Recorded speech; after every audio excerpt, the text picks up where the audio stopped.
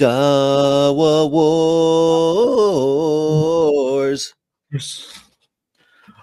Or, yes. What are you laughing about, David? Trying to have a serious show here. Because before the show, the behind the scenes is I said Dawa Wars, and you said, "Did you say Dawa Wars? What?" And, and now you tried to say it.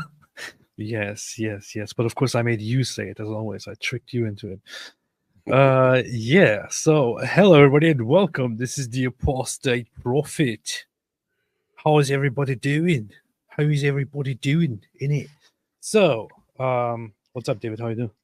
Oh, I'm just looking at the chat here. AJ says Jake Metaphysician brutally called out Tate in his latest video. It is funny watching. I mean, think about this.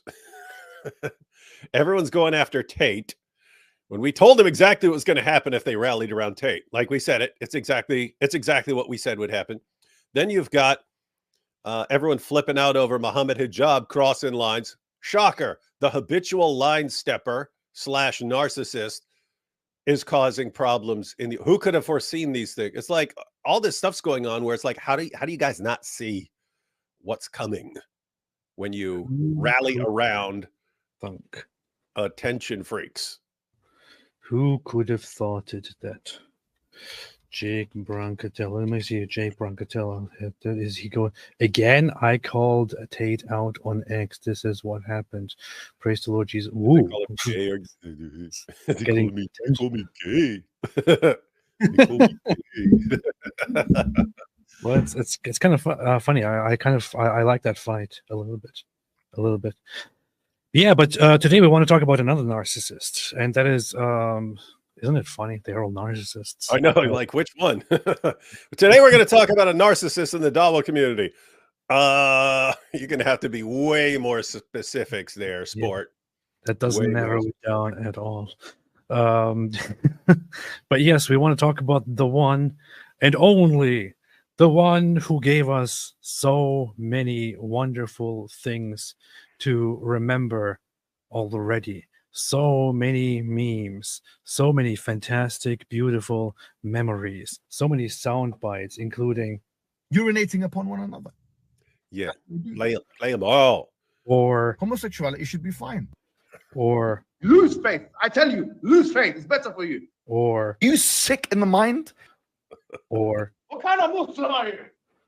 Or imbeciles. Or he's being more slippery than the lubricants that he sells in his daughter's sex shop. Or brother, I have doubts. Or you're hiding, boy. You're hiding. Or you're sick. You're sick. But also what?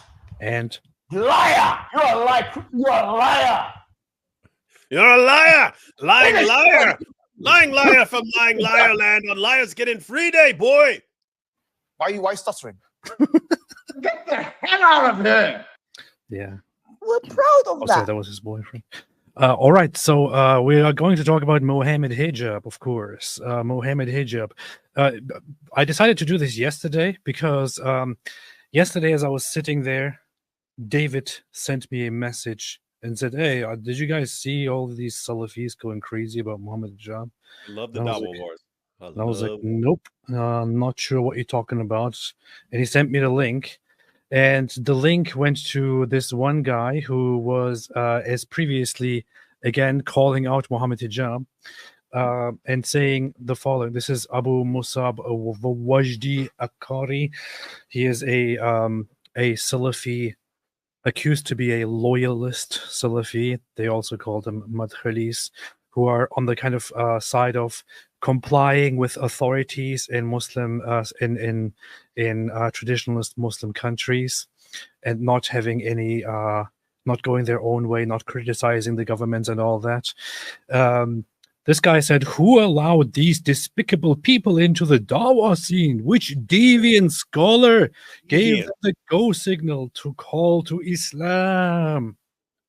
It wasn't the deviant scholars. It was they found out a way to bypass the scholar, even though they do have the support of some of their scholars and so on. That's not how they became popular voices in Islam. They went straight to the people. You can bypass them. You can bypass the scholars. And now you have completely unhinged narcissists seeking attention in the name of Allah and people giving them the attention that they want. And so they get bigger and bigger.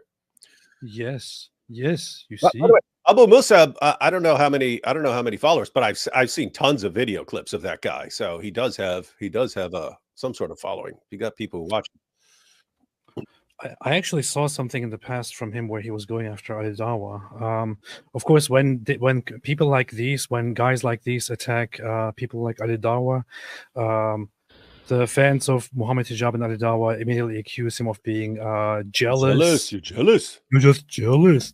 And it's so funny. They're doing the very same thing that they do to us, to critics of Islam.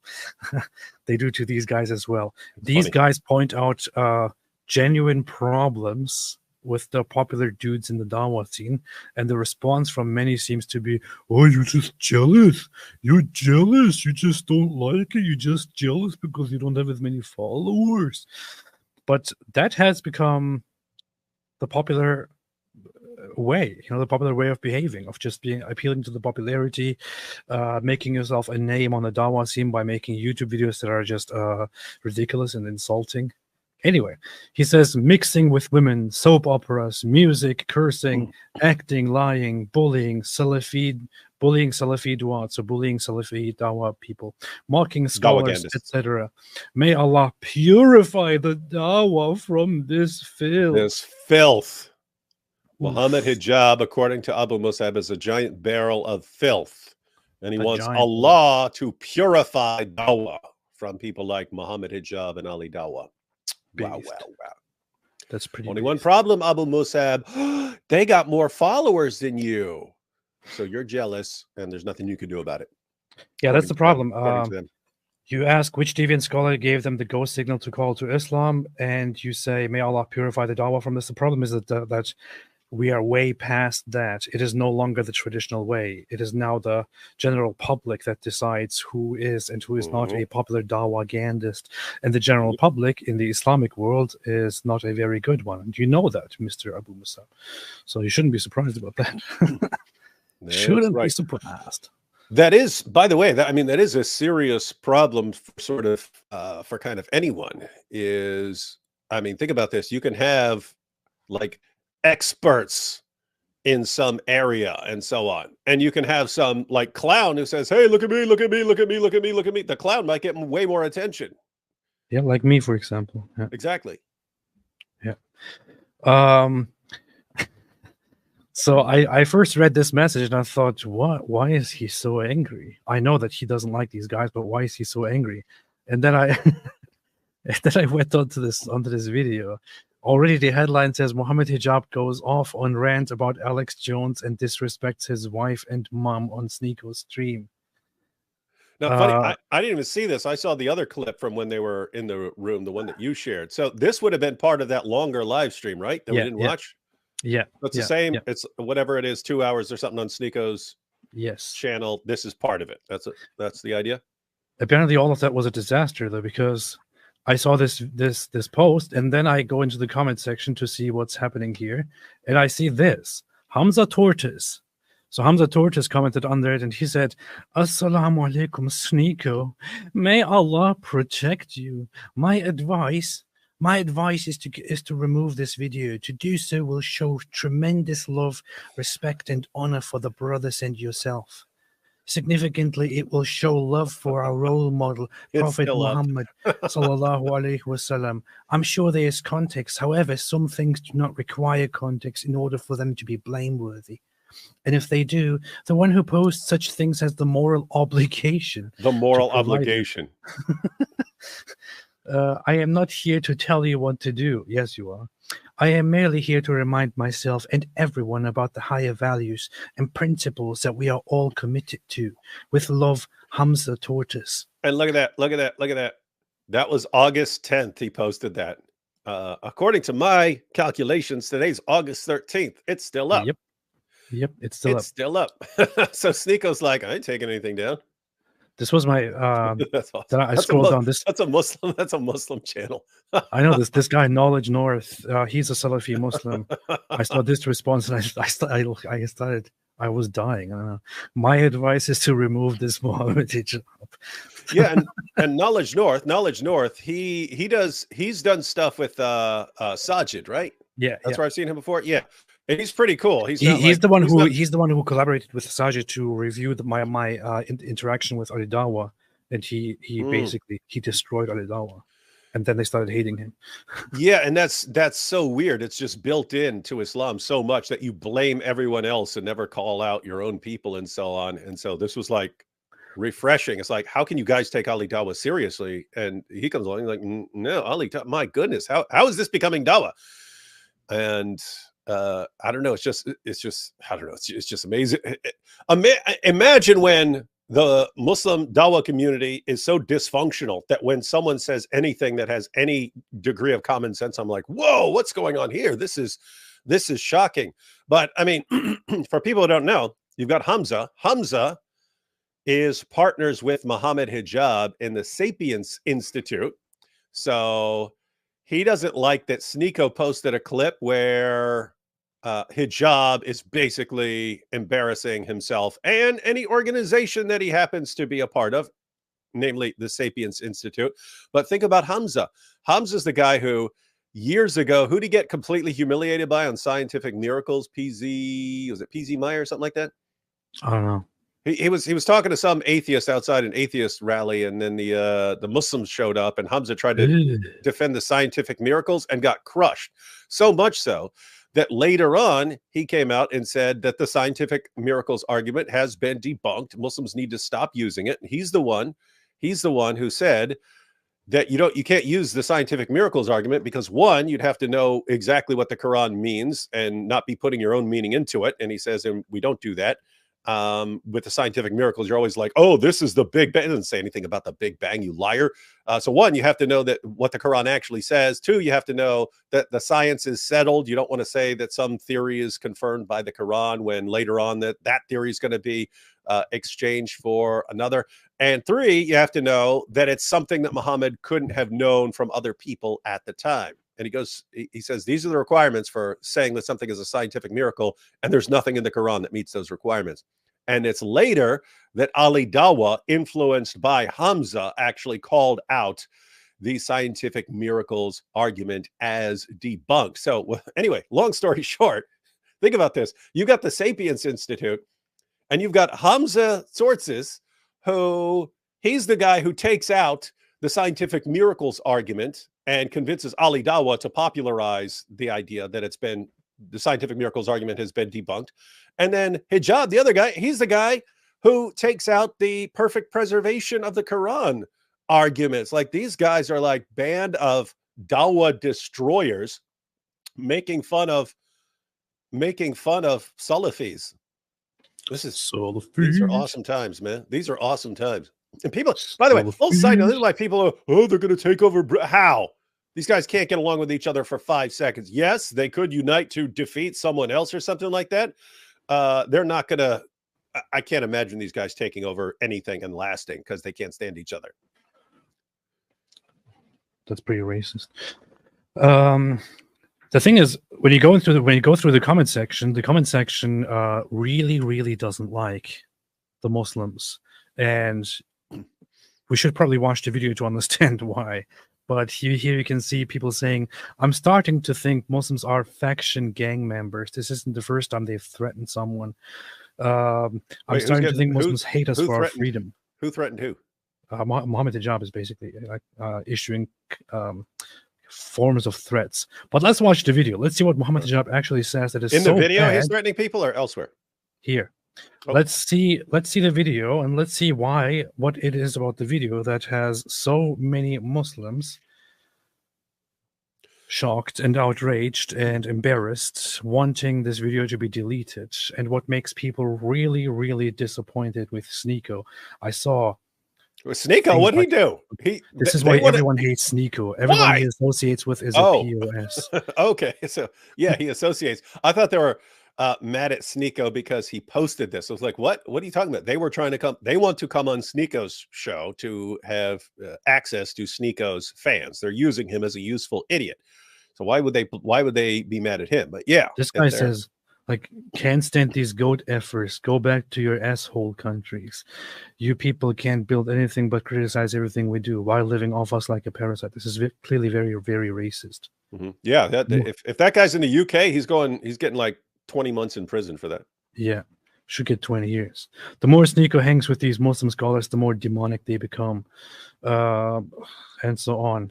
That guy sounds like a scumbag, and so on. So people really, really, really don't like this. Let's see what's happening here. Let's see what's happening here. I challenge Alex Jones to a debate about this after he called us disgusting, but hasn't responded. Would you debate him about the subject? Is this a bit quiet? It's not terrible.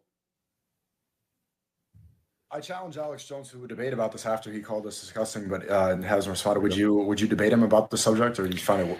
Is this better?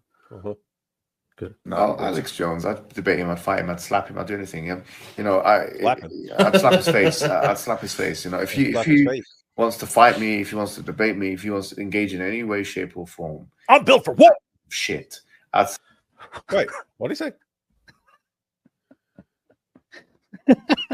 He immediately goes to slapping, spitting. I'd slap his face. I would give him a golden shower. You all know how I feel about golden showers based on how many times I say it. Look what he calls him. Look what he calls him. His face. If he wants to fight me, if he wants to debate me, if he wants to engage in any way, shape, or form, that fat piece of shit, I'd slap his face and I'd humiliate him. Okay, look, he's when Sneeko is embarrassed. When Sneeko is embarrassed that you're on his channel, my goodness, this is a guy who would surround himself by little OnlyFans girls and stuff like this, and he's like, "Oh my goodness, I can't believe this guy's doing this on my channel."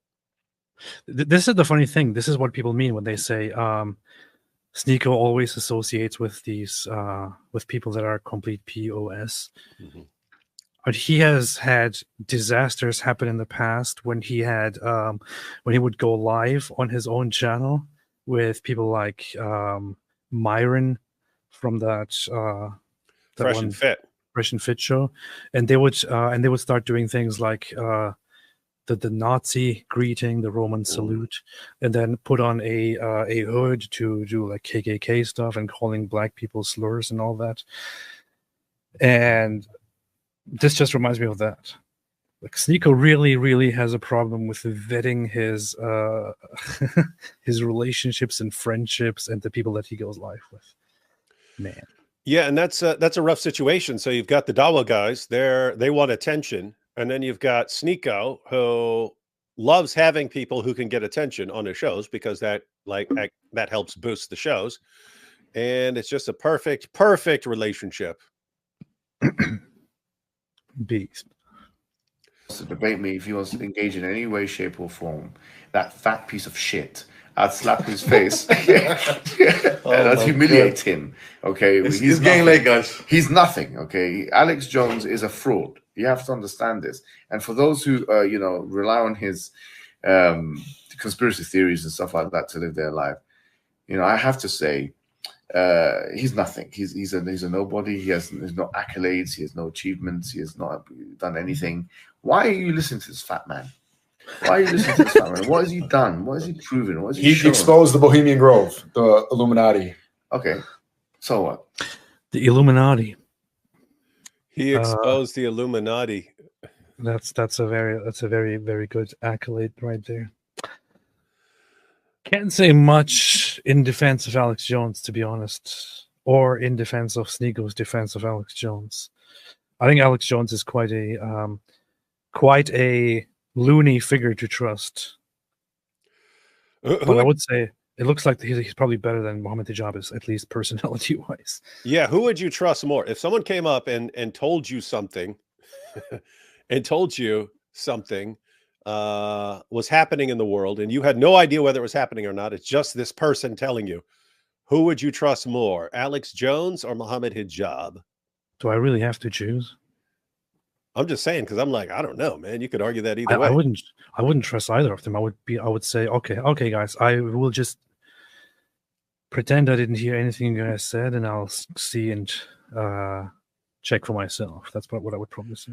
And how crazy is this? Sneako's actually trying to set up a debate here. He's like, hey, would you be willing to debate Alex Jones on the most important topic in the world, which is child marriage? Because that's what I'm obsessed with.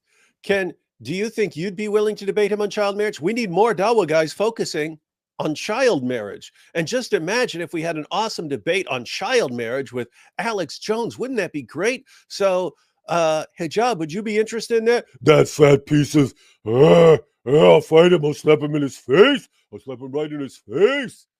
Why does Hijab act like that? Because that's what impresses his stupid followers. His followers, Hijab's so strong. Him say that him smack Alex Jones in face. That mean him the strong one. Caveman mentality.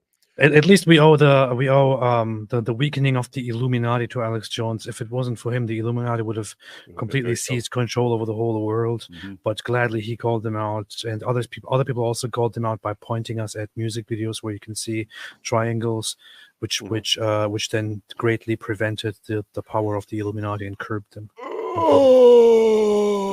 Oh no! Oh no! Just when I thought they were gone, they're here again. Look at that! Oh no! Okay. So what should I do now? So what now?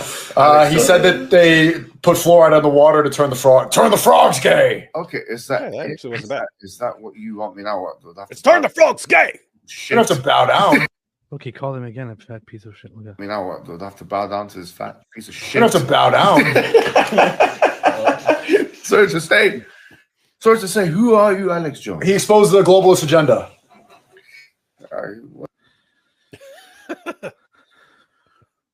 I don't know what Sneako's role here is. It's a pretty pathetic one, though. But you see that guy, the Musa Adnan, here getting increasingly uncomfortable with what's happening here. Yeah, with being right beside this, as everyone should. But sorry, guys, nothing you can do about it. You can complain. Here's the cycle that you're locked into now. Muhammad Hijab crosses a line again, and a bunch of people jump on him. He'll freak out back. Eventually, someone that he wants to continue relations with will say something to him, like Hamza or something like that, and then he'll publicly apologize. I'm sorry. I said I should suck a guy's wife tit. I was drugged. I didn't know. And then he'll apologize, and then 2 weeks later he'll do something even worse, and a bunch of people flip out on him, and then if someone from his organization says, hey, look, man, this is really bad right now, but he's going to keep crossing the line. He's going to keep going further and further and further. And it's just going to become harder and harder to call him out because he's disproportionately way more popular than the guys he's responding to. And eventually you get to a guy who just says, I don't care what anyone says. I'm the king here, and there's nothing any of you can do. So everyone shut up. I don't care what organization you're part of. I don't care what scholar you are. I am the caliph. He is the caliph. For some reason. Wait a minute. He wants to be. You can tell. You're an illustrious. Imagine if someone could unite the Ummah, we would be so strong. And he's clearly talking about himself. I think Pentagon tested gay bomb on Iraq. They didn't consider using it. They've used it on our troops. In Vietnam, they'd spray PCP on the troops, Jacob's Ladder. You think PCP, some horse tranquilizer, something? They got stuff that'll whack your brain permanently. Why is he making that face? Brain chips in the troops. They give the troops special vaccines that are really nanotech that already re-engineer their brains. Give me some of that now. Yeah, there it is, the gay bomb. I don't like gay people. I don't like them putting chemicals in the water that turn the friggin' frogs gay. This happened back in the day. Always interesting to revisit. There are nowadays even songs about this. So yeah. What's funny is, I mean, it's Hijab and Alex Jones, and both of them sort of made their careers by like yelling at their viewers. Uh-huh. and flipping out whenever anyone disagrees with them. Yeah. But only one of them put effort into preventing the gayification of frogs. So yeah. What has Muhammad Hijab done to protect those poor little frogs? Muhammad Hijab has done nothing for the frogs at all. No, in fact, Hijab would want those frogs executed. He would want those frogs stoned to death. Yes. Thrown off buildings. Globalists, the Chi-Coms. There's nothing. Alex Jones is nothing. He has. I like his stuff. It's too bad that Alex Jones is nothing. You have to listen, Alex. You're nothing. You're nothing. Look at my face. Look at me. This is the face of a man who you could wish to be, who you could dream to be. Who would want to be Muhammad Hijab? From some little Dawa. The funny thing is, he says it to everyone. He even said that to me in messages and things like that, and to so many other people. He always has this obsession with telling people that they would want to be like him, a real man like him, and that they and he asks people if deep inside they feel embarrassed for the person they are, and if they want to be him so badly. This is actually I don't know. I mean, he says it repeatedly. I'm not sure if this is a gag, if this is a joke at some point. But it seems that he really has this obsession with himself, this obsession that a narcissist does. He's so great that everyone wants to be like him, and they're just angry that they are not like him. No, Muhammad Hijab, we do not want to be moronic clowns who go around thumping their chest and backing down from everyone in any situation, and constantly boasting and destroying the ummah from within. I mean, we would kind of want to be him if he was like an actual infiltrator, because that would just be awesome. If he's actually deliberately destroying the ummah from within, then we'd say, oh, okay, yeah, maybe that would be a noble goal. If he's a sincere Muslim and is so incredibly stupid and such a tactical idiot that all he does is divide up the ummah, cause more division, and set way more people against Islam. I mean, who has set more people against Islam? Who has made more people go, whoa, I thought I could actually work with Muslim, but what? This is what they believe? Oh my goodness. Who's done that? Who's done that more successfully than Muhammad Hijab? So what would we want to be? Some guy who's so stupid and incompetent that he destroys his own religion from within and is too narcissistic to ever see the problem? No. Last person on the planet we would want to be. Doesn't matter how big and strong you are.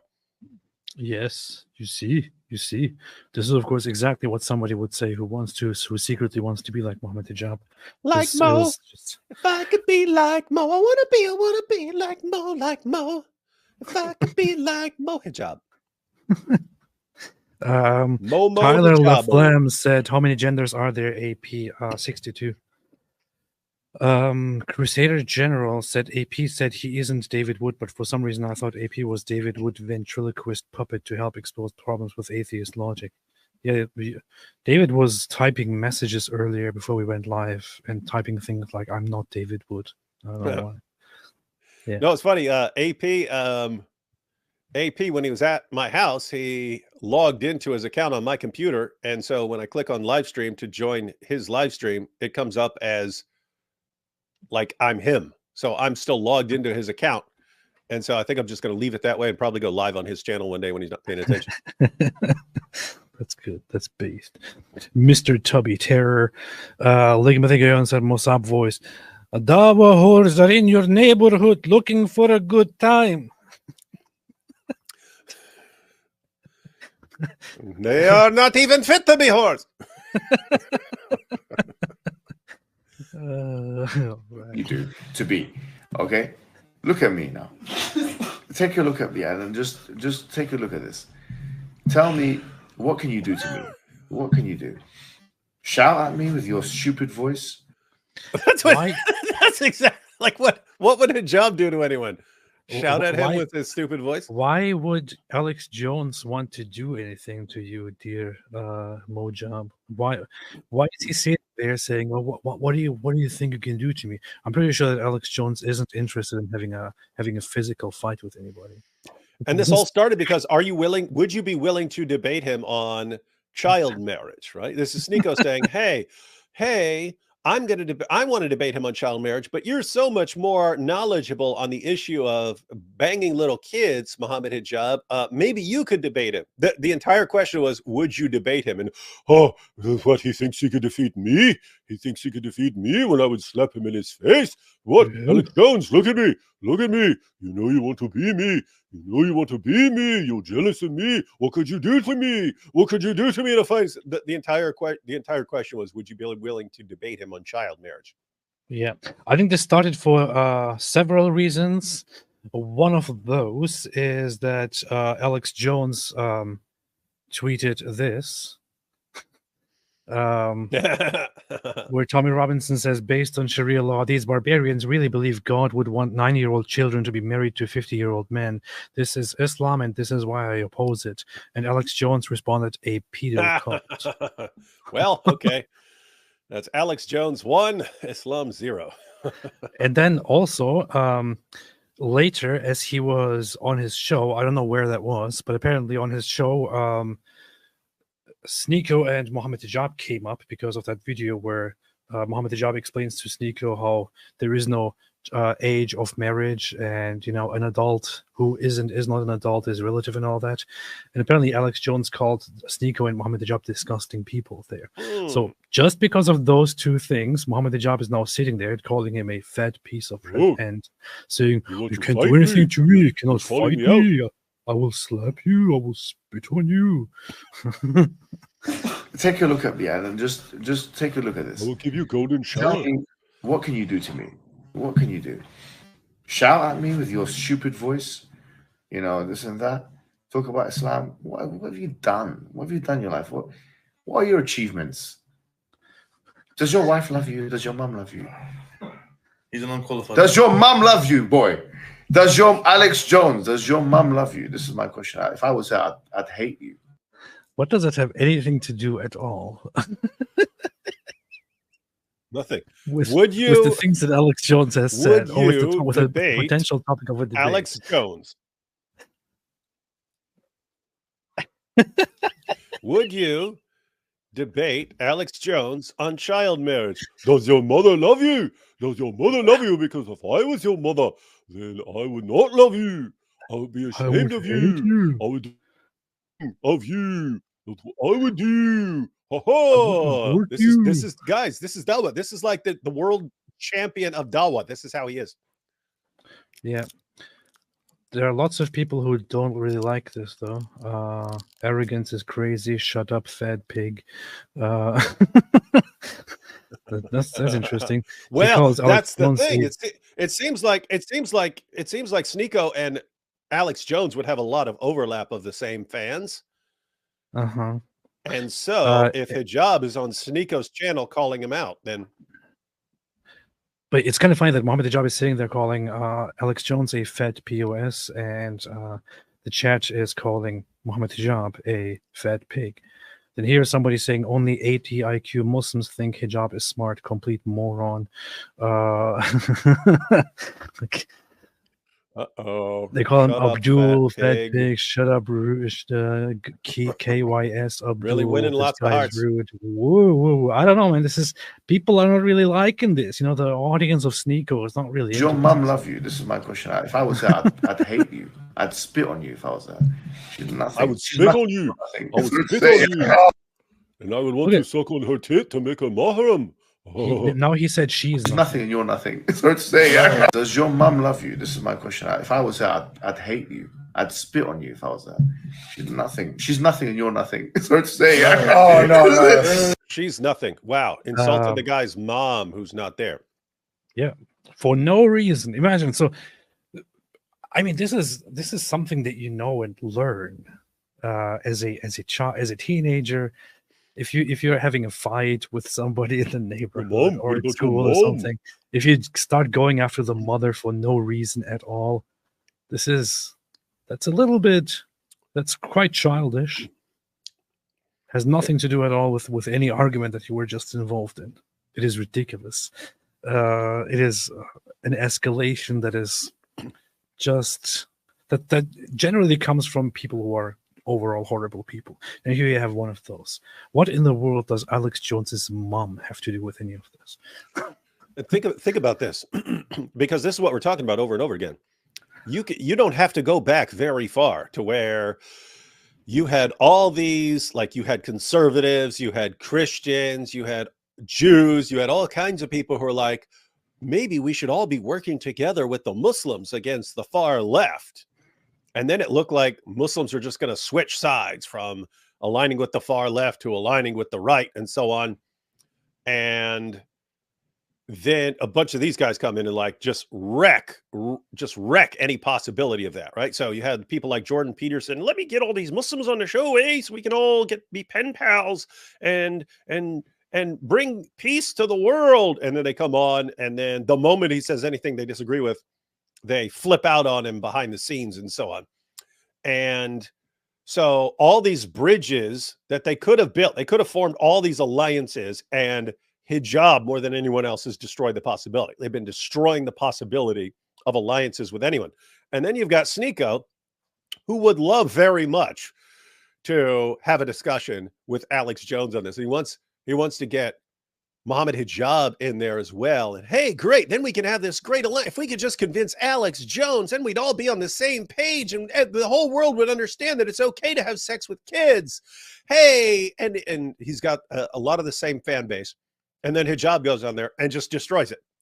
He just destroys it all. And now you've got a ton of people who are absolutely enraged. Alex Jones, what is he going to want to have to do with any of these guys at all anymore? There's just, who does this guy not destroy any possibility of alliance with? Yeah, that's true. That's true. That's what they do. What did his mom do, man? I'm sorry, yeah, your mom is nothing, actually. What? Alex Jones, your mom is nothing and you're nothing. Sorry to say, it's done. His mom. Here is a hint, dear Musa Adnan. You are even trying to correct your brother in faith here and saying his mom didn't do anything. Not too weak. And trying to calm him down. But hey, you see where this is going. You have no say here. This is Mohammed Hijab's space, where he has so much influence, much more than you can ever imagine, and he is the one who spreads this mannerism.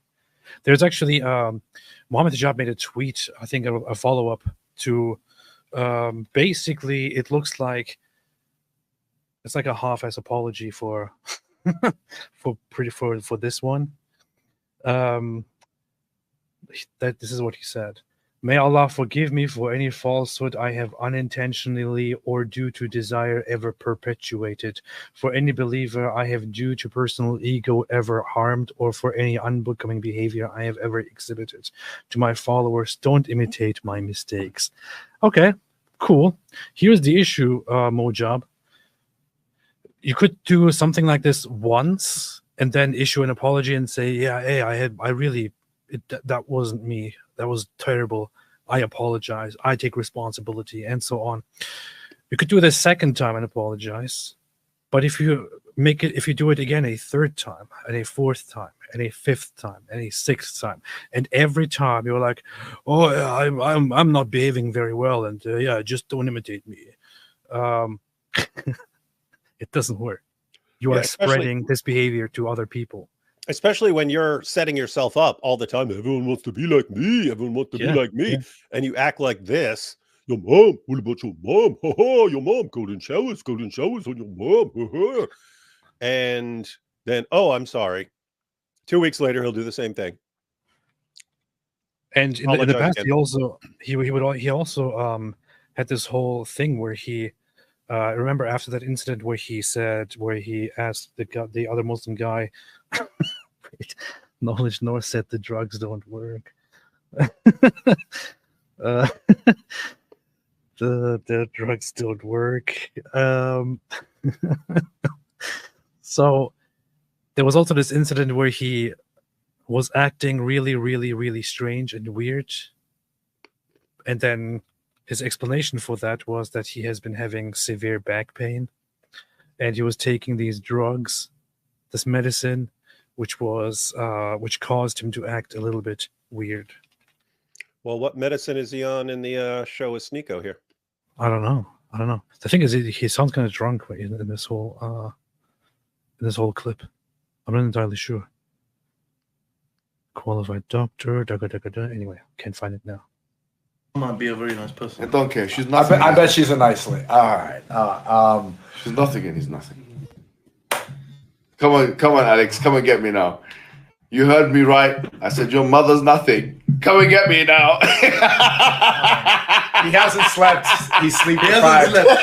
Guys, We're waiting for Fajr prayer. it's 3:28 a.m. It's 3:28. Huh? And they have to explain. You guys see that? They're automatically trying to make excuses to justify. Yeah. Guys, he can't just be like this. It's not that he's just like this. This is the type of person he is. We always have to say he's, sleep deprived or he's on drugs or something like that. Sorry, to explain guys. this Sorry, guy's behavior. this is not the usual thing. He's just sleep deprived, and that's why, guys. Apologies for his behavior. Apologies for his behavior, guys. Wait, this is not it. I was just looking for the post where he actually said that.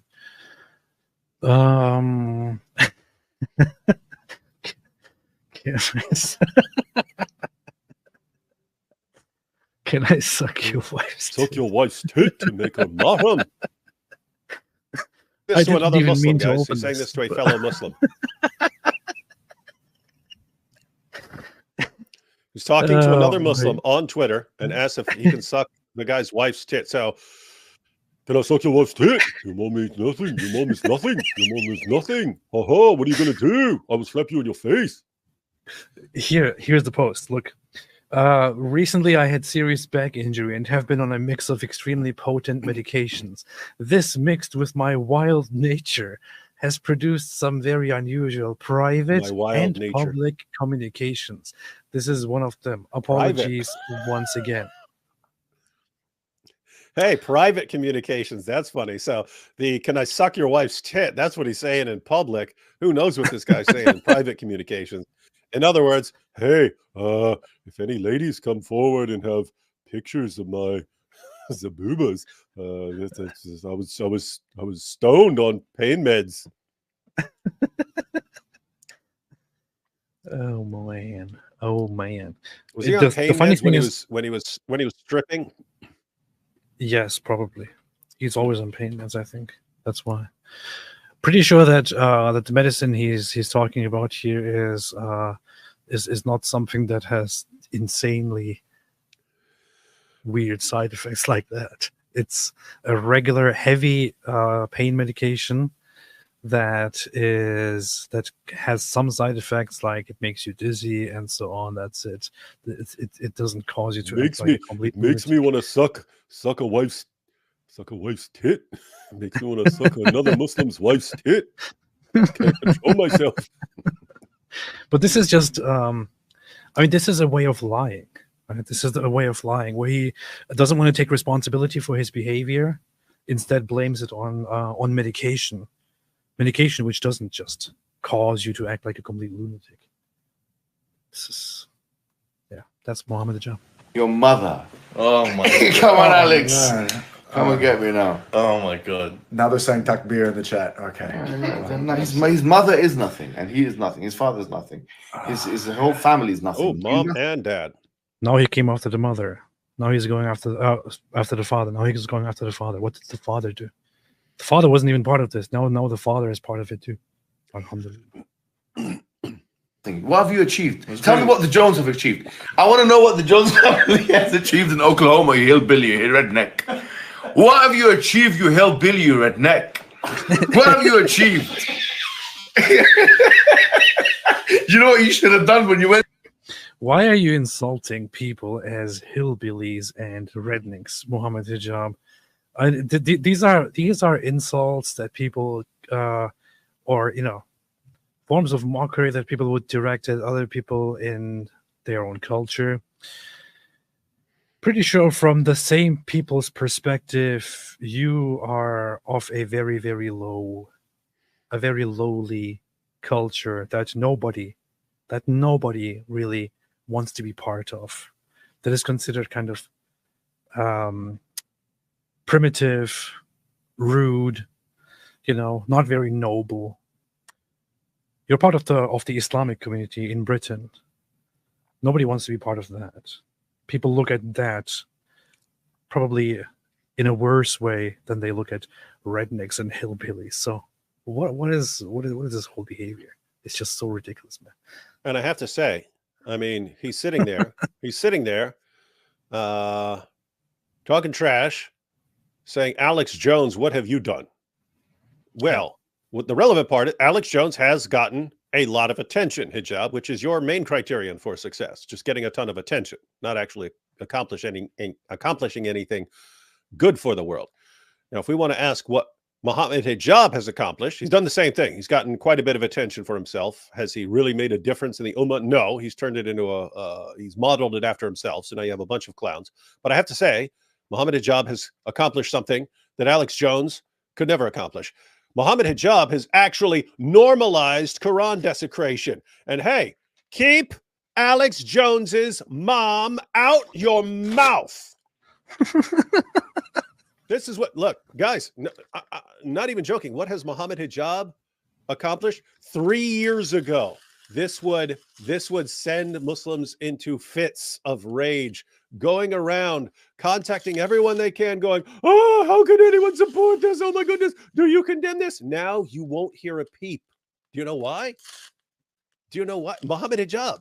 No one cares anymore. People now are like, oh my goodness, if that's what these guys are supporting, all this stuff, then, and that's how these guys act, and they just randomly go after people's wives and mothers and all this stuff. We don't care. Yeah, destroy their book. Go ahead. That's what Muhammad Hijab has accomplished. This and that, I have to say, is something that neither Alex Jones nor his mother could have accomplished. It's only thanks to Muhammad Hijab. Only thanks to Muhammad Hijab. Only thanks to Muhammad Hijab. Yeah, I'm checking the comment section on the Rommel stream where all of this took place. Here. This the original? This the original video? Yeah. W stream with Hijab and Anand. The debate king is here. Moronic retards. Why is the thing always filled with moronic retards? The chat. First Bosnian comment. W Hijab.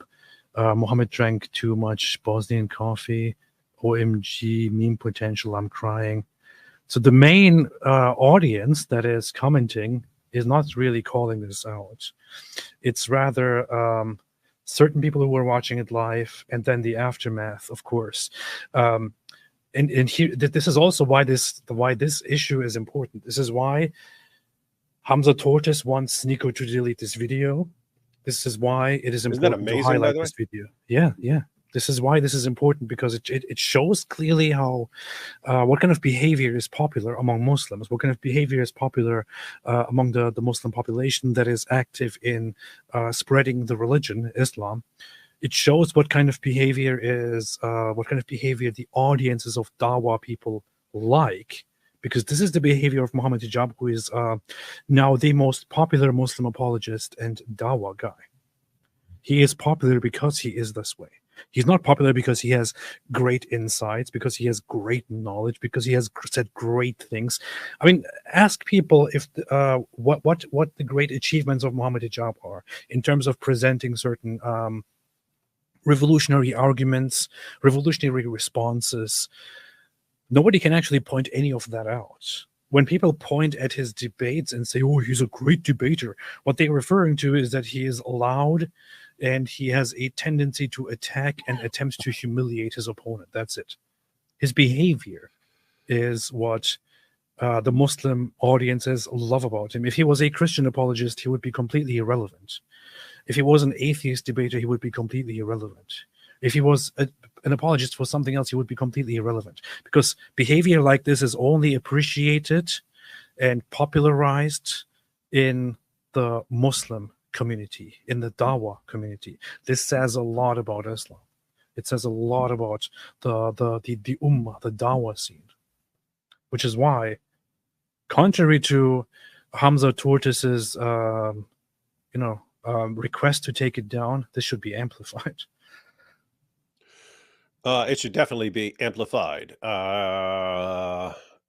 And yeah, again, this just goes back to if Muhammad Hijab's partner at the Sapiens Institute says, hey guys, we really need to take this clip down. This is really, really bad. And then they're all making excuses. Oh, he's sleep deprived and so on.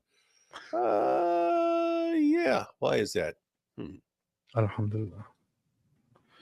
I don't know why this guy is trying to expose me here in the chat. Who? Mohammed Fawaz is saying 38.5% of AP followers are Christians. Oh, humiliated. If you're an agnostic, 34% are atheists, 11% are Hindus. Okay, thanks for the statistics, Mohammed Fawaz. I appreciate the statistics. But what point are you making exactly? because if you're an agnostic, then only agnostics should be watching you. What about that? Hey, Fawaz, you should be thinking of this differently. You should be thinking, wow, if AP goes live and starts exposing a Dawa clown and a third of his audience is Christian, a third is atheist, a good percentage are Hindus, kind of seems like the entire world is sick of your Dawa clowns and wants them exposed. Kind of seems like that, right? To the point where people are like, I don't care who's exposing them. I don't care if he agrees with me or not. This guy's exposing them and we support that. Your Dawa clowns. I mean, I literally said this just a little while ago. These guys are uniting everyone. They're not built forming alliances and so on. They're uniting everyone against them. And it is beautiful. It is beautiful. Truth hurts, and 9% are of marriageable age. Me123 says 100% are cultists. This is true. Truth hurts, 6% are potential wives. Okay. Urban Infidel says I'm 25% Jewish. Okay. So if you are 25% Jewish, I wonder what the implications of that are on the audience here. Let's see. We'll find it out one day, inshallah.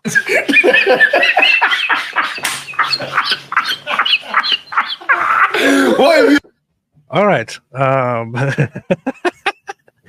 David, watch this. Watch this. I want to know what the Jones family has achieved in Oklahoma, you hillbilly, you redneck. What have you achieved, you hillbilly, you redneck? What have you achieved?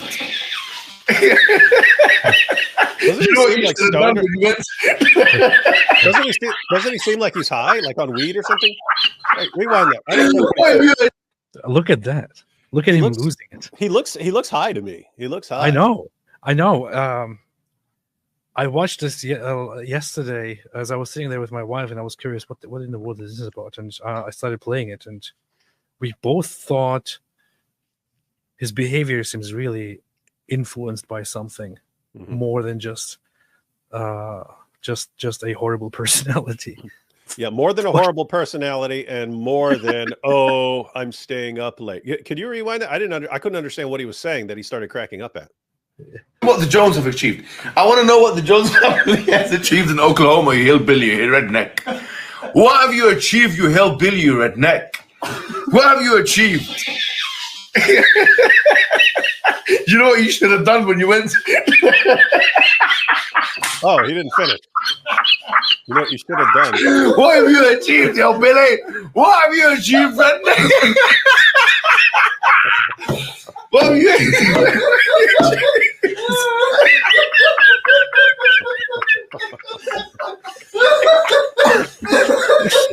What has the Jones family achieved? What has the Jones family achieved? Tell me one accolade that your dad done. Tell me one thing that your dad done. What accolade has your dad done? What accolade did your dad done? This guy's gonna... What kind of drug is this? What kind of drug is this? I don't understand it. What kind of drug could this be? I would guess something simple like weed or something like that. This is not weed. This is not weed.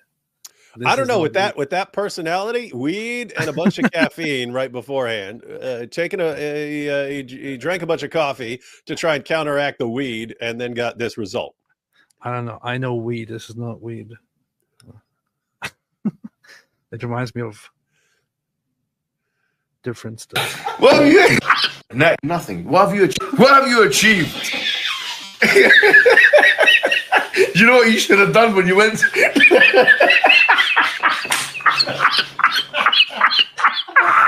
What have you achieved, yo, Billy? What have you achieved, friend? What have you Hey, look at that. They created it. They created a monster. What? Look at this comment here. This is what Muslims are like? Question. Oh yeah. See? and guys, think about the impression. You've got the world champion of Dawah, and you're like, oh, Sneako's with this world champion of Dawah, Muhammad Hijab, that I've heard so much about. You click on, you're like, what? This is what they're like? This is what Dawah is? It's crazy, man. Man. The funny thing is, I would die laughing like this if somebody else said something absolutely hilarious. I wouldn't laugh like this from something that I am saying that just consists of insulting someone. It's just it's very, very weird.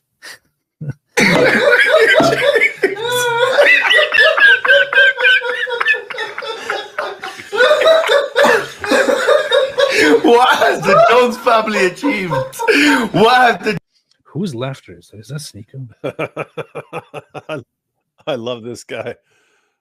What is that laughter? Oh, you're saying the other laugh, the high pitch? Jones family achieved?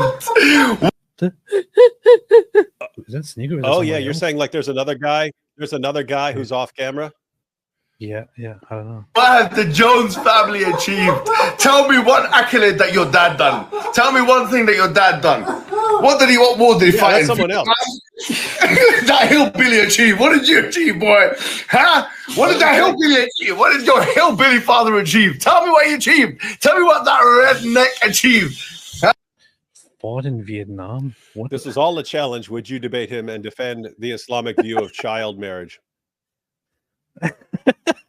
What accolade has your dad done?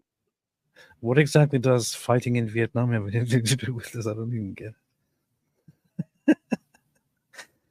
Oh man! Wait, Alex Jones's father is a doctor? Really? Somebody said he's a doctor. Let me see. Not sure if that's true. Does he even know anything about Alex Jones's father? This is just so random, man. Talk about Islam.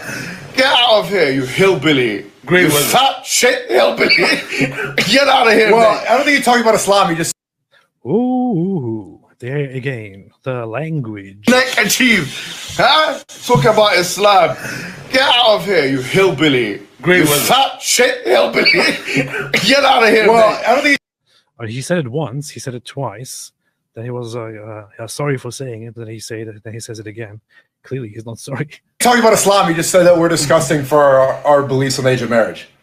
Huh? I don't think he said we're discussing. Islam is discussing. He said we're discussing. Was he calling Islam a cancer? Is that what he said? He said disgusting people. Pedo cult. We know the right person. Pedo cult. He said I know pedo cult. We know what he's talking about when he says pedo cult. Yeah. He said it's a pedo cult. And he also called you guys disgusting people. Oh, by the way, I said Islam is cancer here. Just, when was it, yesterday? And look how many people are agreeing with me. See? 7,000 likes. Woo. Careful. Careful. Great Britain will extradite you and send you to prison. Alhamdulillah. People. Yeah, disgusting people, bruv. What have the Jones done? Tell me what the Jones has done. Tell me what Mrs. Jones has done. Tell me what Mr. Jones has done. The hillbilly Jones done. Great weather. He called us cancer. You know what you should have done? You should have gone to Bohemian Grove and bloody worship the devil with them, bro, because they would have given you some life opportunities. You should have gone with them. You got nothing. Oh, all right. So I want to say something about this, the last part here. He should be aware that this is not something that you can say as a Muslim. You can't even joke about it. Listen to what he just said. Some life opportunities. Wait, listen to what he just said there at the end. Great weather. He called us cancer. You know what you should have done? You should have gone to Bohemian Grove and bloody worship the devil with them, bro, because they would have given you some life opportunities. You should have gone with them. You got nothing. And both of these guys are realizing how bad it is what he just said. And he is just there laughing about it. He just said I should have gone and worshipped the devil with them at the Bohemian Grove, which is the whole, conspiracy of. Yeah, I have no idea. What is he talking about? I think it's an occultist thing. It's called what? Bohemian what? Bohemian Grove. Grove? Bohemian, yeah. Or allegedly. So there were conspiracy theories, I think, about it, but the whole talk was basically at the beginning. Sneeko said that he exposed them and exposed. How does he always know about all this stuff? Anyway, here he is saying it doesn't really matter what it is, because here it is him saying worship. He should have gone and worshipped the devil. Done the Hillbilly Jones done. Great weather. He called us on cancer? You know what you should have done? You should have gone to Bohemian Grove and bloody worship the devil with them, bro, because they would have given you some life opportunities. You should have gone with them. You got nothing. It's the alleged Illuminati cult. But he is basically saying he should have gone and worshipped the devil with them, because they would have given him opportunities. As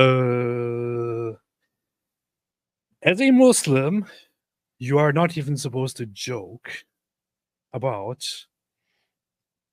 not seriously tell anyone to go and worship the devil. You are not even supposed to joke about telling people to go and worship the devil. This is directly, whether in sincerity or in joking, encouraging somebody to engage in devil worship, engage in shirk, engage in worshiping evil from the Islamic perspective, which normally could be interpreted as putting you outside the fold of Islam, and that this could be a cause to, in an Islamic jurisdiction, to bring you before an Islamic court, to bring you before the caliph, who would then have to judge, and you would be instructed to acknowledge your mistake and reiterate the Shahada and acknowledge that you are a Muslim. It could even be seen as going too far and requiring an execution or something of that sort. I guess you could have a long, lengthy debate on the Islamic jurisprudential rulings surrounding such a statement. But here he is. And this just makes me think that it's not just his personality. There is something seriously wrong with this guy. There's something seriously mentally wrong with this guy. He should be aware that he's not allowed to say this. He called us on cancer? You know what you should have done? You should have gone to Bohemian Grove and bloody worship the devil with them, bro, because they would have given you some life opportunities. You should have gone with them.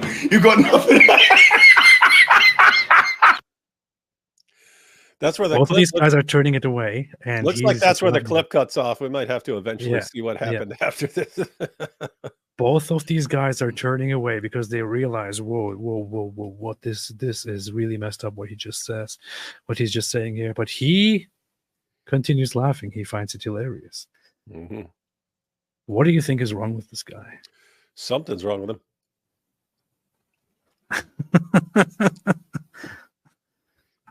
I wonder where that is now. Let me see. And he said, "You got to stand up, Christians. You're not doing anything." Yeah. And he sees that as synonymous. That's what you should have seen. Type Alex Jones into the search. Wait, do they have a search on Rumble? Giving someone is not actual. Can you search the transcript on Rumble? No, you can't. I don't understand. You're not Jew. This is not a practice that you believe in. Using that money. You using that money. Racist land. But that you cannot make this, and they'll give you a number. You know, the bullet went in. The bullet back from Lebanon. Don't say that. No. What is this? What is this? What is wrong with this dude? One woman. Wait, I have a lot of good deeds. Whether it's Andrew Tate or this one, that one. Imagine he's having sex with a woman. Yeah, so to say, stuff dinner. And 1 woman, 2 women, 3 women, 4 women, 5 women, 6 women, 7 women, 10.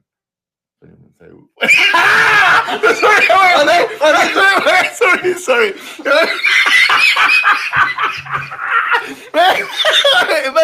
Imagine that. Imagine that sinner becomes good deeds, bro. This guy's.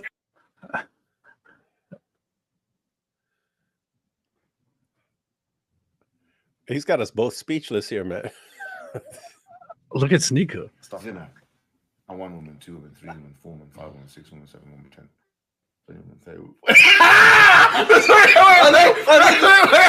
Sorry.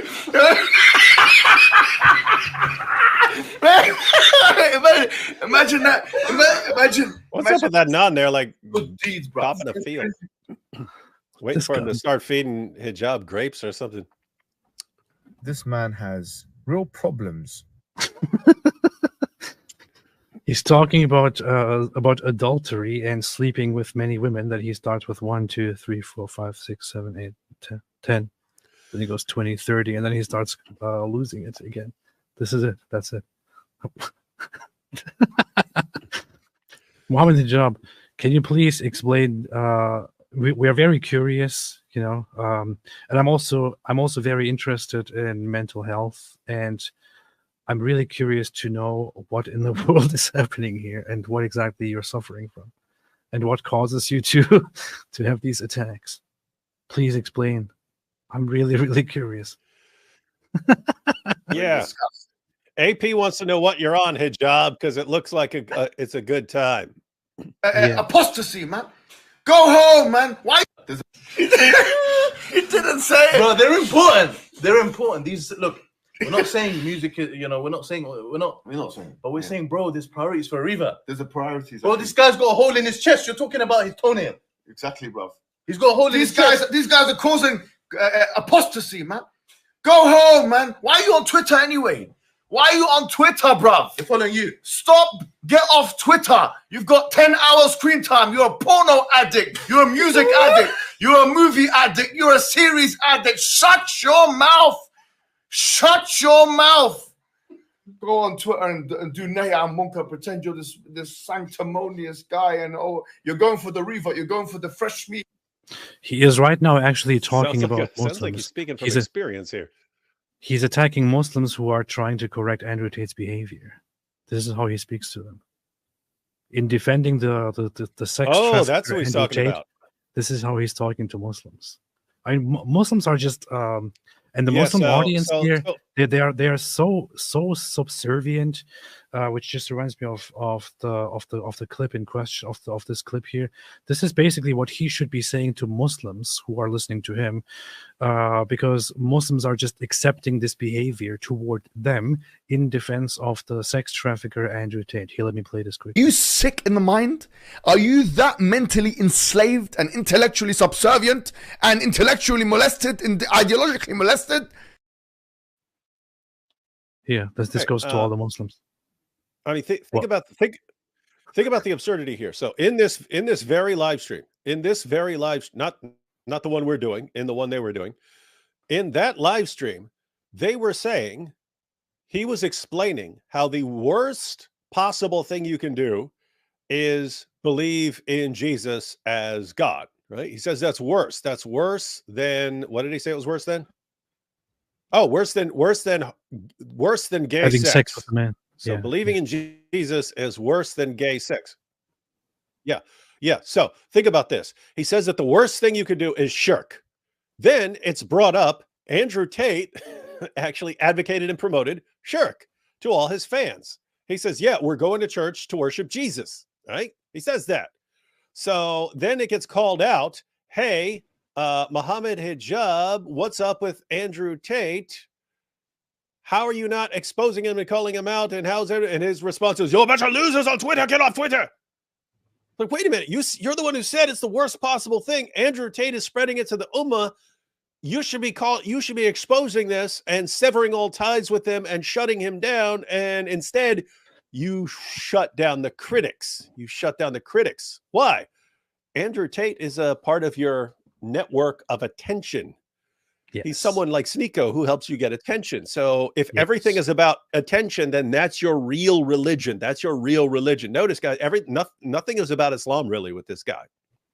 It's not about Islam. If it were about Islam, then he would be saying, yes, since Andrew Tate is advocating and promoting the worst possible sin, then that's the main thing I need to focus on right now, is destroying him in the eyes of the Ummah. Instead, he goes after everyone who's criticizing them, shames them. How dare you criticize such a great attention-seeking man like Andrew Tate. Yeah. Shame on you. So he's hereby also in defense of Andrew Tate, basically attacking Muslims and accusing them of being addicted to porn, to movies, to shows, to music, to this and that. This is basically what he does. So it's you could even interpret that as slander. Maybe the Muslims should be calling out Muhammad Hijab here and asking him to make a retraction for the statement that he does here. I think I found the timestamp. By the way, this is the very end of the stream. Hey, one more thing about that. Notice the parallel, right? When you have a guy who is a complete narcissist at the head of his group, as Muhammad Hijab and Andrew Tate. These guys are both absolute, complete, total narcissists. Everything is about them. They reacted in the exact same way to criticism of Andrew Tate. Andrew Tate was criticized for promoting worship of Jesus to his fans. What was the response? You're gay. But wait a minute. We're calling you out for, you're gay. But no, dude, this is shirk. You're promoting shirk. You're gay. That's how they responded. That's how Andrew and Tristan responded. I thought being gay wasn't allowed in Islam, and you're gay. And then Andrew Tate, so that's Andrew Tate's response. And then Hijab, how does he respond to criticism of Andrew Tate? Oh, you're a bunch of what you all just watching porn. That's what you're doing. You're just watching porn like losers. Well, get off Twitter. Get off Twitter. Get off Twitter. You can't respond to them because they have a ton of attention and you don't. And therefore, you just have to keep your mouth shut. This is hilarious, man. This complete meltdown is hilarious. Yeah. The meltdown of Dawa in front of us. That's what they do. They said disgusting people. Have you got disgusting people? Yeah, disgusting people, bruv. What have the Jones done? Tell me what the Jones has done. Tell me what Mrs. Jones has done. Tell me what Mr. Jones has done. The hillbilly Jones done. Great weather. He called us cancer. You know what you should have done? You should have gone to Bohemian Grove and bloody worship the devil with them, bro, because they would have given you some life opportunities. You should have gone with them. You got nothing. You should have got in there with them, mate. You should have made a deal with them. At least you would have gotten something out of it. Guys, it's late. It's late. Well, there goes my collab. Oh, do you hear him? He called it. He called it. He realized this bad. Guys, it's late. It's late. It's late. Yeah. This guy, Musa Adnan, is trying to be the voice of reason and thinking, okay, this has to stop. This is Adnan Rashid's really son. Getting out of hand. I've heard this is Adnan Rashid's son. So one of the great London pioneers of the London Dawa scene, Adnan Rashid, and his son is sitting in here with a guy. Your mom, your mom. What has your mom done? Worship the devil. Go have gay sex with a man. Do it. It's better than worship. It's better for you.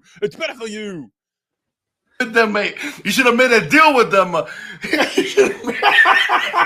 At least you would have gotten something out of it. Guys, it's late. It's late. Well, there goes. Yeah, my wife pointed out that asking, is that Muhammad Hijab's babysitter? It looks like it. It looks like it. Muhammad Hijab is losing control and basically advocating devil worship now. And the guy has to step in and say, okay, guys. Okay, let's call it a night. Yeah, Muhammad, we know you're about to go live with Sneeko. Just so you know, the signal is, guys, it's late. That's what do they call it? What do they call it? If the safe word. Yeah, safe word. That's our safe word. Our safe word is, guys, it's late. Sneeko starts saying something right here. What's he saying? He says, guys. With them, mate. You should have made a deal with them. At least you would have gotten something out of it. Guys, it's late. It's late. Well, there goes my collab with Alex Jones. That's Alex Jones. Nothing, bro. There goes. Great weather outside. Great weather. This guy's trying to change the subject to the weather. The one who fought in the American Civil War probably had, for the side of the Confederates. Sneeko is scrolling through his chat and realizing that people are not liking this. Side of the Confederates. Oh, wow. Okay, so wait, August 8th? This was today. What happened? He tweeted a... No way! Oh, okay, my all God. right. Tommy Robinson, based on Sharia law, these barbarians really believe God would want a 9-year-old children to be married to a 50-year-old man. Oh, by the way, this tweet is not even based in truth. Like, this is just a random. There's no verification. So what did he say? Yeah, let's see what he This said. is Islam, and this is why I oppose it. Yeah. And then Alex Jones. Look at all these likes. Yeah. And then Alex Jones says a pedo cult. Okay, so he say no more. So he's a fat weasel. Said the hillbilly. Said the hillbilly. Shut up, hillbilly. Shut up, hillbilly. Shut up, hillbilly. He's a fool. Of course, he's the American chav. He's a fool. That's it. Well, he qualified himself. He's a fool. He's an unqualified that qualified himself. Well, By the way, isn't this amazing? I mean, who is defending banging kids? Sneako's obsessed with it. Hijab defends it. I don't know about Musa Adnan, but that's just because I have no idea who he is. I guarantee he supports child marriage. They do. A physician. It doesn't matter if a girl's 4 years old. That's what they do. Daniel Hakikachu, it doesn't. They don't care. And so you've got a giant group that 50-plus-year-old men having sex with 5, 6, 7, 8, 9-year-old girls. And then you say pedo cult. They go, what? We'll talk about your mom. We'll talk about your mom. Yeah. So the response to a pedo cult is calling him fat, saying I would slap you, saying your mom is nothing, and so on. That was powerful, man. That was glorious, respectable endeavor. It'll make you like this. That is funny. Funny. His mother's Okay. Yeah, his mother. Okay. He's still mumbling his mother. Okay, I didn't know he said this. What did he say now? It's This crazy, guy's though. patting him. This guy's patting him on the shoulders, kind of trying to calm him down. Yeah. Alex Jones, you're too afraid to talk about Jews. I don't know what they have about you. You're too afraid to talk about Zionism. You've been running from that topic. Too afraid to. Of Isn't that course. the dude who brought Kanye on? Didn't he have Kanye and Nick Fuentes on? Sneeko, maybe think about this. Could you think about the possibility that somebody who is as crazy as Alex Jones, and I'm no fan of Alex Jones at all. I think he's quite a lunatic, but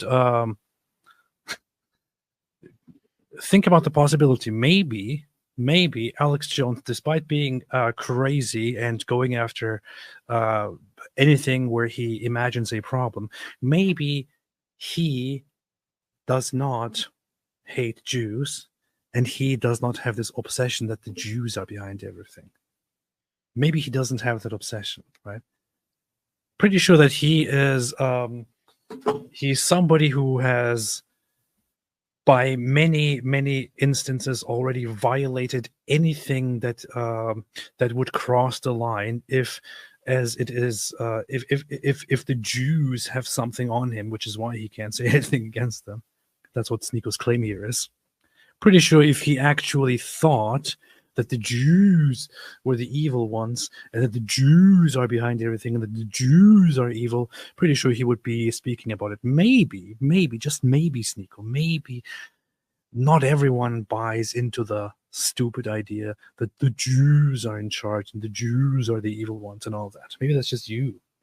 Maybe that's you and some extra stupid people, some extra imbecilic people. Although I would say that Alex Jones is not necessarily innocent in this whole thing. He is also somebody who amplifies people who have who push severely anti-Jewish conspiracy theories. For example, he would invite people like Nick Frito, or who is of course a neo-Nazi and who hates Jews, who thinks Jews are hiding under his bed. He is the one who invited Nick Frito together with Kanye, when he knew that they were just going to praise the Nazis and spread hate against the Jews and all that. So he's in no way innocent, but maybe he just doesn't think the way you think. Man. The globalists. It's crazy though. That's crazy. No. Alex Jones, you're too afraid to talk about Jews. I don't know what they have about you. You're too afraid to talk about Zionism. You've been running from that topic. The Chicoms, the globalists, the Chicoms. Talk about Zionism. Talk about Israel. Look how quick you are. Mike said, didn't Jones push back on Fuentes and Kanye?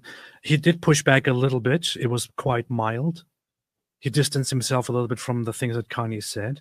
Of course, because Kanye also went on and started praising Hitler.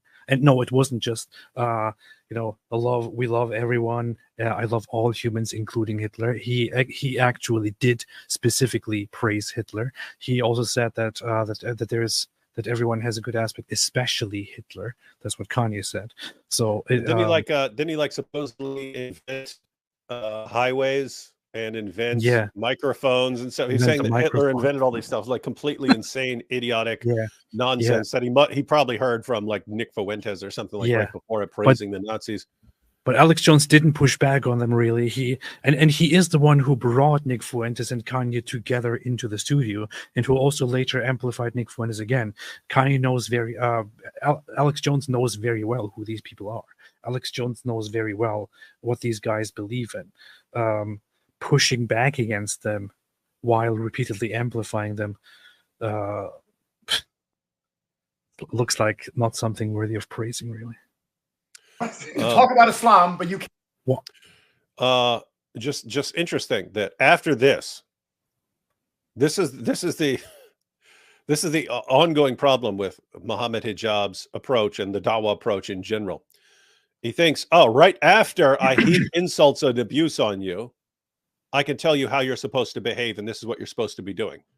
And then you're going to go along with me because you won't want to risk this humiliation again.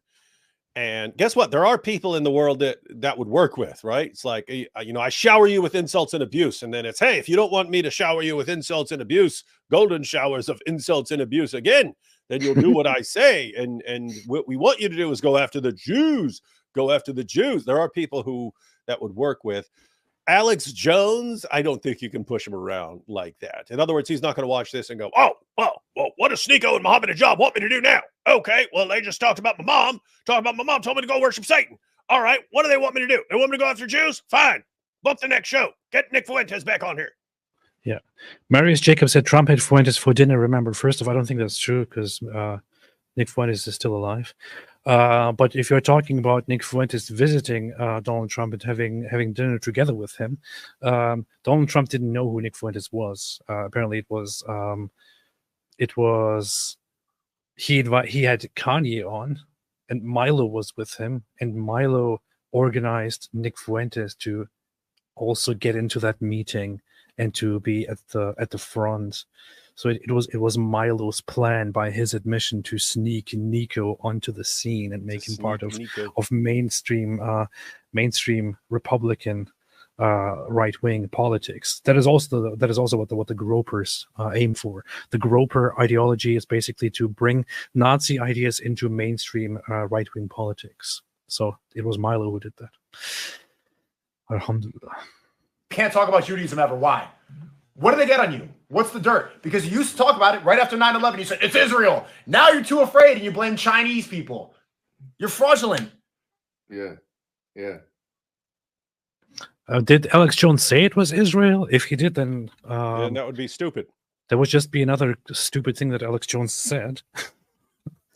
And I would say if he's saying now that it's China, it's stupid. Yeah. Both ways, it's just stupid. So what is Sneeko saying? That, hey, if at one point you thought it was Jews, you cannot change your mind at any point. I really wonder if Alex Jones actually said that, or if this is just a claim that Sneeko was making here. Retweeting Tommy Robbins. Tell me more, Alex Jones, about your mom. All right. I want to know more about that Mrs. Jones. Wait, I just want to know about Mrs. Jones. Mrs. Mia, Mrs. Jones.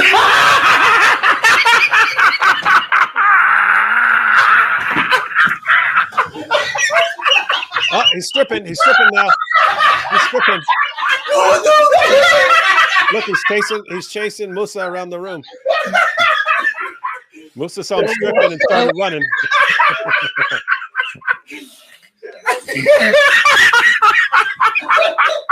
This is why you don't stream at 4 a.m. This is exactly why. And they're once again blaming it on sleeplessness. I've seen people in the chat here blaming it on possible demonic possession.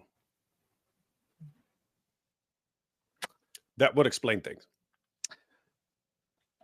I had days where I didn't sleep for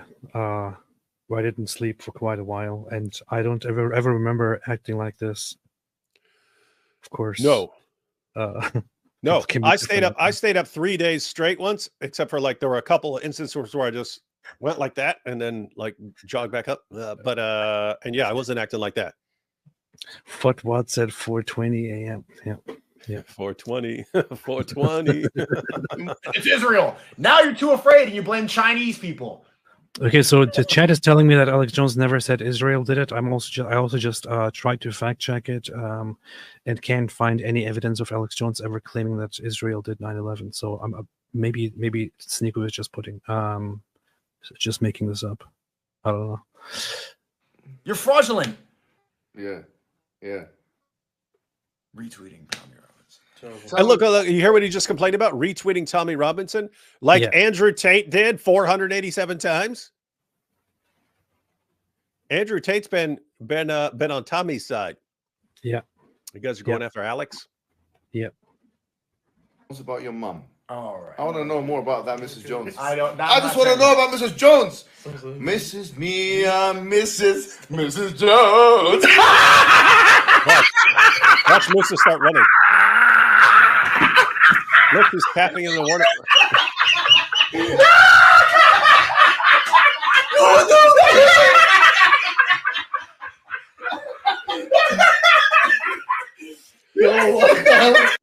How is this even funny? Powerful dawa, man. And this is not even funny.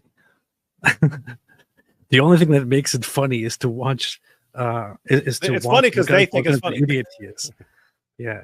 To watch this idiotic behavior and him acting like a monkey here. That is what's funny. Yeah, just saying Mrs. Jones is not very funny. But them like laughing hysterically over it and making fools out of themselves is funny. Yeah. That's what's funny. That's actually what infects me with the laughter. But what is actually funny about what he said? Nothing is funny. It's so ridiculous. Hey, Dogboard in the chat said 200 pounds of stupidity. Did you say 200 pounds? I'm 235 and Hijab is way bigger than I am. So you're talking at least, I would say at least 320, 330. So yeah. What? 320? It's a bigger pile of stupidity than 200 pounds. You think he's that much? I don't think so. It's a bit when I had a ton of muscle and an even bigger belly, I was 302. I was not nearly as big as he is. So Pastor Prime said 420. He's so 420. 420. 420. It's 420 in the morning. It would have been funny. Guys, for those who don't know, 420 is slang for, what is it, smoking weed? Or what does that even mean? Is it like you get off at work at 4 and by 4:20 you're smoking weed or something like that? Some weed reference. I don't know what it actually is. Yeah, I don't know if it refers to time or to, I don't know. 420, 4/20 is cannabis culture slang for marijuana and hashish consumption, especially smoking around the time 4:20 p.m. 4:20 time. It also refers to cannabis-oriented celebrations that take place annually on April 20th in the U.S. state. That's it? That's it? Huh. 420. Huh. I don't know. It's always 420 over at Sneeko's. This is why you don't stream at 4 a.m. That's exactly why. What the? Bro, someone said he's high on Dean. He's high on Dean. Maybe read all the other things that people are saying in the chat, Sneeko. Yeah, I've seen some doozies. I've seen some doozies popping by. People are saying he's drunk. Halal Coke. Said halal Coke. After Fletcher. I don't know. Maybe it's cocaine or something. Time for Fletcher prayer. No, it's something else. It seems like a mixture of something to me. Yeah. Oh my god. Mrs. Jones. Well, I'll say this. It seems like He's still laughing about the same thing again. It seems to me like he had a downer, some sort of downer earlier, and then right before the show took some kind of upper, and it's like a weird combination and is making him weird. Oh my God. Oh my Allah. Okay. Well, hope you enjoyed. Did you just say, "Oh my Allah"? The guy just said, "Oh my God," and then he said, "Oh my Allah." The stream. Who said that? This dude here, I think. Oh my God. Oh my Allah. Okay. He said, "Oh my Allah." He did. He said, "Oh my God." Oh my Allah. I've never heard that before. I've never heard "Oh my Allah" before. That sounded pretty gay. Yeah. Well, hope you enjoyed the stream. Fucking. Oh, Time we for do. final prayer. We do. Appreciate you. We do, Musa. Sneeko. We love this stream. Get Muhammad Hijab on, same time, same drugs. Do that over and over again. We will love it. We will love you forever, Sneeko, and all will be forgiven to you. What they put in that halal pepperoni, weird AF, clip farming, stop drinking, drunks, relax, bro. Nobody's laughing Well, but hope you him. enjoyed L, this. obnoxious human clone behavior, not gonna lie. Weirdos, time to repent. Weirdos, Clippers guilt. one said Clippers having a field day. Yeah. That's Yeah, true. yeah. L, drunk Muslims. Wait, drunk on his own ego. He's worse than a crackhead. Whoa, man. Beard. Cringe laughs. WTF is this? Hell drunks. I don't know, man. Is this a good impression here? Mojab, are you really leaving a good impression with drunk Muslims? This is a new Nazi saying. Hijab drunk saying on the Muslims. Jones. Drunk on Drunk his own ego. Halal Demon coke. POS. Wow. Making a good impression, man. People are like, wow, I want to convert to this. Demon POS. L segment. Okay. Stop drinking. Well, hope you enjoyed the stream. Fucking. We did. Oh my God. Prayer time. Oh my Allah. Somebody said something. Okay. Well, hope you enjoyed the stream. Clown behavior. Disrespectful Muslims. Something with Time for disrespectful Fajr prayer. Appreciate you, Musa. Appreciate you, Muhammad Hijab. Appreciate crashing you. out. F We'll be going Islam. around in Bosnia tomorrow. Drunk Muslims. This is the fun stream. Long of love, speech. I appreciate you guys, and I'll see you tomorrow. Be safe. Make sure everybody follow the stream and follow Muhammad Hijab, follow Musa, and yeah, we're gonna be outside tomorrow. What a We'll be in bunch of Bosnia. Appreciate you. Bye. weirdos. Hijab, maintain good behavior. WTF. This is why, look, there was a time where I didn't entirely agree with David, but this is why I have come to appreciate one thing, David, that you always said, which is that people like Muhammad Hijab should be popularized. We should help them. They should be at the forefront. They should be the ones representing Islam and speaking to those who are introduced to Islam, because you see the impression that he has on people. You see, here's Sneeko's audience. Muhammad Hijab's idea is, of course, to make use of Sneeko's audience and to spread Islam and to spread himself. Basically, actually, it's more about himself. It's his ego. But what do people see? The impression that people have after seeing his behavior is not that Islam is a fantastic, great, good religion with a great moral system. It is rather that Muslims are, to say it nicely, not very nice, and that Islam is probably not very nice, not very good. So hey, good job, man. Good job, Mojab. Good job, man. This is awesome. Very good job. Very good job. What? And that's why you remember when everyone would say, "Oh no, Muhammad Hijab is going on the Jordan Peterson podcast," because all his fans kept saying, "Jordan, you should get Muhammad Hijab on there." Oh no, he's gonna. I'm going, "Oh, this is awesome. This is awesome. Please blow up that balloon." that massive balloon that is the ego of Muhammad Hijab. Make it bigger and bigger and bigger.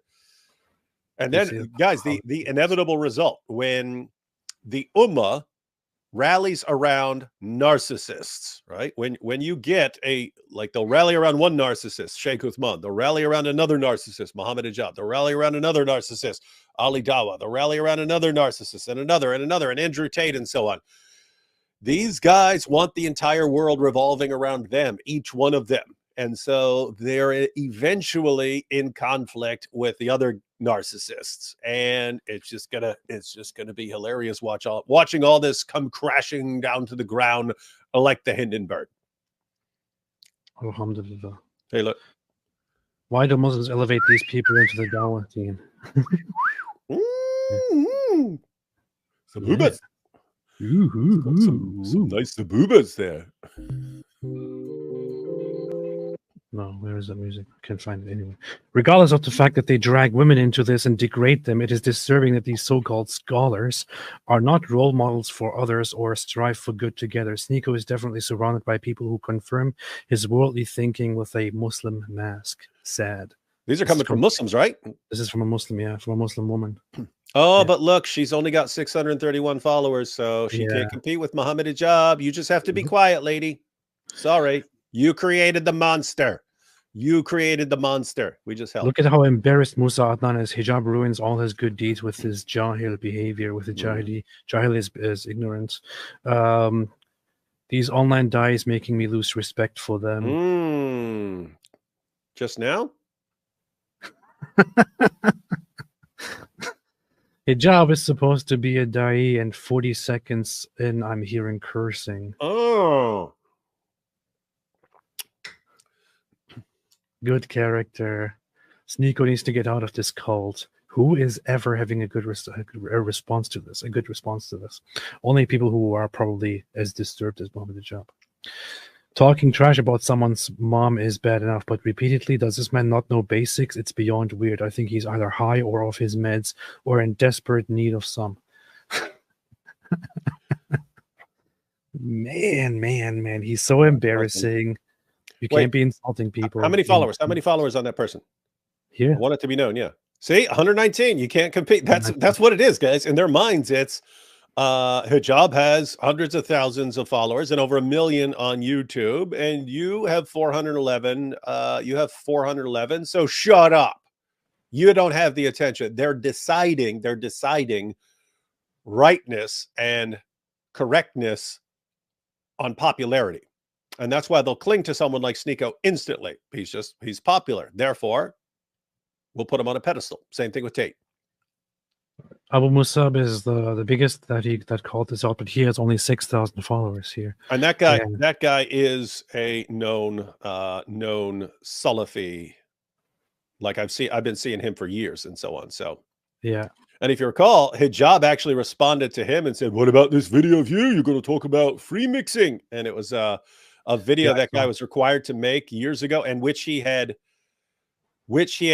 publicly apologized for and caused the company to take down. Hijab kept it. Hijab kept the video that the other guy was required by his job to make, and then he actually later made them take it down and publicly apologized, and Hijab brings it up in response to him calling Hijab out. That's what I guarantee you. Muhammad Hijab probably has a little file on everybody who might challenge him, and he will humiliate them if they challenge him. And so everything is just about silencing all critics. Awesome. Man. I'm starting to think Muslims are faction gang members, typical Muslim L. I'm starting to think Muslims hate us for our freedom. Jones hates Muslims and migrants, but loves Tommy, who illegally snuck into USA and openly Zionist. Of course, he says neo-Nazi comments. He clearly doesn't have a pinch of Muslim behaviors or morals. Oh, he does. He does. You know this. You know he does. Sneeko shouldn't hang out with this loser. This is why everyone hates Sneeko. Everyone he associates with is a POS. Sneeko, you shouldn't tolerate something like that. The guy in the middle preaches things about God and commits sins himself. Such a hypocrite. This is something that you can say from a Christian perspective, as I assume here. Islam is not really that great with personal behavior and whether it is sinful or moral or whatever. Yeah, I have to say, and what like going after vulgar insults. I mean, does everyone remember when the polytheist came to Muhammad to try and get him to stop attacking his own tribe, and Abu Bakr said, "Go suck Allah's clitoris." Allah was the goddess that pagan believed in. He said, "Go perform oral sex on your goddess." And that's what's amazing. That's Abu Bakr, the first of the rightly guided caliphs, saying this in the presence of Muhammad. Just imagine if Muhammad Hijab said it, there would be all these people going, "What? This guy's misrepresenting Islam." No, that was built into Islam.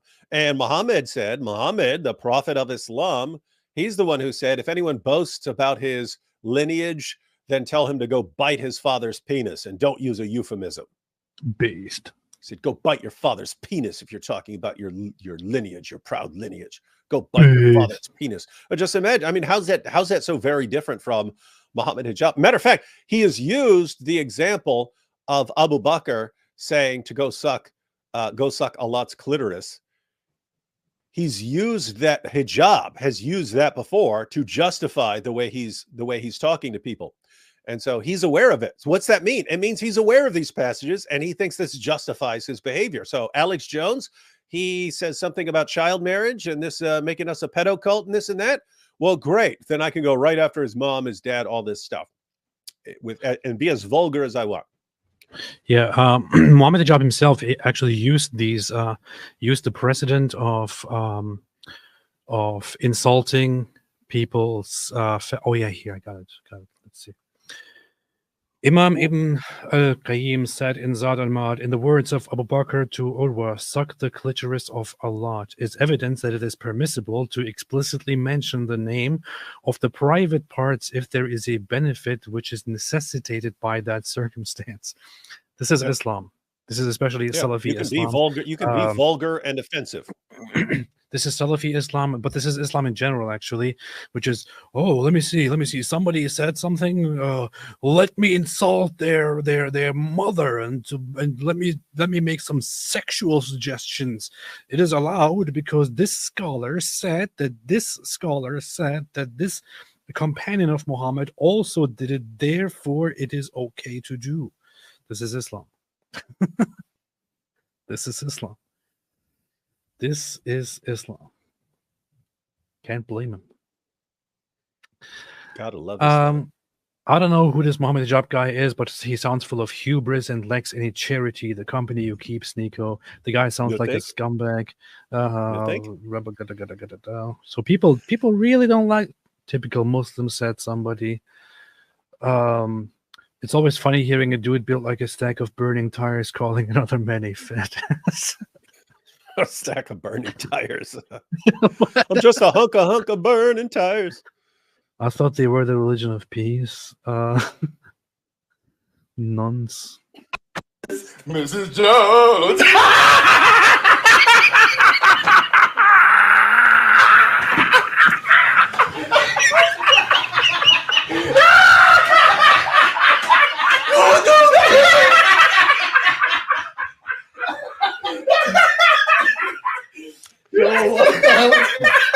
Welcome to Dawa, ladies and gentlemen. Welcome to Dawa.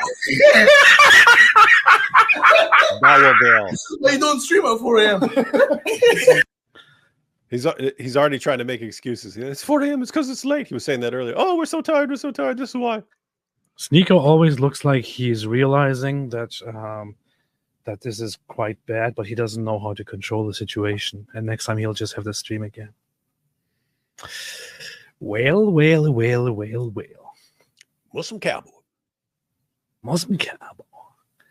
Anyway, this much to Hamza Tortoise's suggestion that Sneeko should be deleting this video. I'm glad they didn't delete. Actually, I downloaded it before anyone could delete it. So, and guys, so now that we've watched it, Hamza and Muhammad Hijab formed, I don't know who else is involved, but they formed the Sapience Institute, this Islamic Dawah organization for the propagation of Islam. And then Hamza sees this clip and basically begs Sneeko to take down that clip. Why?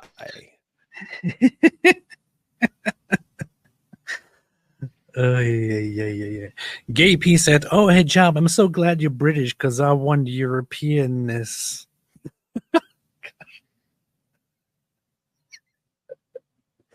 What's wrong? H705. When are we going to see the Dizzle debate Mike Winger? Well, then I'm gonna have to. David doesn't want to have debates that he could lose, so I think that David is not going to agree to that one. No. One, I would crush and humiliate that dude, but I want to destroy him physically as well as intellectually. So if you people want to see a debate, he's also going to have to face me for 1 minute, just 1 minute only, like Jake Shields and AP. He's going to have to face me 1 minute in the octagon and then a debate. The problem with the debate is he's going to be like, oh, let's debate whether Star Wars or Star Trek is better. And who is hotter? Who is hotter? Counselor Troy or Princess Leia? Let's have that debate. And it's going to be a bunch of nonsense like that. You should do a reaction to Mike Winger and act like Mohammed Hijab and be like, look at me. Look at me, what boy. Can you do? What can you do to me? What can you do to me? You want to be like me? What an insane person. AP, David Wood, loved your Russian accents. Hilarious. I don't know what you're talking about. When do we do Russian accents? The only time we do Russian accents is when we're making fun of like those Turkish guys. What you're talking about? I made Russian accent the other day when I was talking about Ukraine and Russia, but that's all I do. Mohammed Hijab, we're giving you the strongest objections of the atheists. So, strongest objection number 1. Why are Muslim men so strong and powerful? Heat Player said, my 2 favorite Gentiles. David Wood and AP. You can't say Gentiles. The gropers have informed us that Gentiles is a very, very, very, very bad word, which only Jews use to dehumanize and vilify all other people because they want to kill and drink their blood. But don't tell anybody that Jesus himself used the same word. Apu Baker, Puff Daddy said, David Wood and AP, are there any Dawa guys that you respect? I do have respect on some level for, as I said before, I'm serious. I like to joke about it. I like to joke about Sajid Libham, but I actually do have some respect for that guy because I think that he has that he's consistent and that he tries to be a good guy. All the others that I interacted with, I think there is hardly anyone that I can actually remember with much respect. If there is, I can't remember it right now, but I'm sure I have talked to people who were quite okay.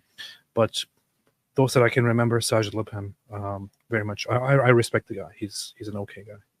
What do you think? Yeah, and you can respect people in different ways. So if you're talking about like respect their arguments, then no, I think their arguments are pretty terrible. They're stupid. I can't think of anyone who has good arguments. But yeah, as far as like their character and so on, I would definitely respect Sajid and who's that other guy? Knowledge North, and so on.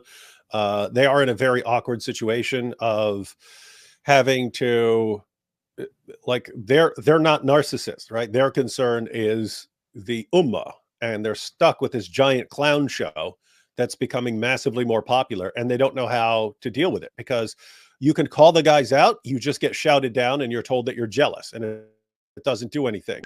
But you also know that problem's only going to get worse. It's going to keep getting worse.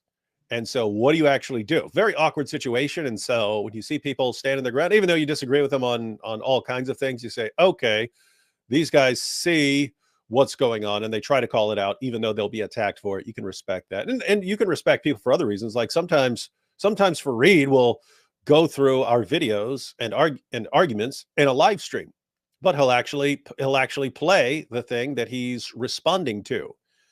And you know, Fareed, it's a pretty horrible guy in lots of other ways. That is the guy who, what? How could it be rape if her father consented to you banging her and she has no clue what's going on? So you have stuff like that. But at the same time, I could say, hey, I respect people who actually tries to interact with and respond to an argument and so on. So anyway, yeah, there are Dawa guys that I respect in various ways. Alhamdulillah. Alhamdulillah. What I'm going to say, Dizzable Debate Mike Winger. Marley Barley said, what happens when you let too many Muslims into a Christian country? It becomes a Muslim country. Bad joke, not a joke. Islam, no. BIC. Well, Islamophobic. Islamophobic. That's smart. That's what it says. Okay, that's what it says. Islamophobic, not Islamophobic. Michelle B. Why is Mojab wearing a fez? You know the grand poobah. You should just change it to NO. Should just change it to NO. Yeah. I'm not Islamophobic. I'm Islamophobic. No big. That would be pretty dumb. Paul Lungara Samuel had a really good stream today about the 3 stages of jihad. He probably did. He knows his stuff. Although he's a terribly rude person. Horribly rude person. Very knowledgeable, but very rude. I would discourage anyone from watching Sam Shamoon. Very rude person. You should rather watch rude. me. You're rude. Hey, that's What? interesting. That's interesting that he was talking about 3 stages of jihad, because I've gotten requests. I've gotten requests in recent weeks to remake my classic 3 stages of jihad video. And I'm guessing he's talking about it for the same reason. He probably got requests because people are looking at the UK. They're seeing that it's going from stage 1 into stage 2. And they probably think this is a good time to inform people about it because it's happening. It's exactly what we were saying for years happens as the population rises. Islam becomes more and more aggressive until it wants to completely take over. And people probably want a good breakdown of that. So yeah, might have to remake that. Sam Shamoon is quite a respectable person, although he wants to be like me, and he's jealous that I have a bigger YouTube channel. Yeah, but do you think Sam Shamoon? Aside from that, no. Much love to Sam Shamoon. Speaking of Sam Shamoon, I just went on his channel and saw this. I just want to have a look at this. Hamza Might admits I know more than him. Yeah, but do you think Sam Shamoon knows what our belief is? Yeah. I don't think so. I think he quote more hadith than me. I guarantee you can. That's just a fact. I guarantee you can. That's interesting. Well, to be honest, I know more than Hamza. You know more than Hamza. Sam Shamoon knows more than Hamza. Every Muslim debater that I've interacted with so far knows more than Hamza. Hamza doesn't know anything. He's an ignorant idiot. I don't even know why he has a platform.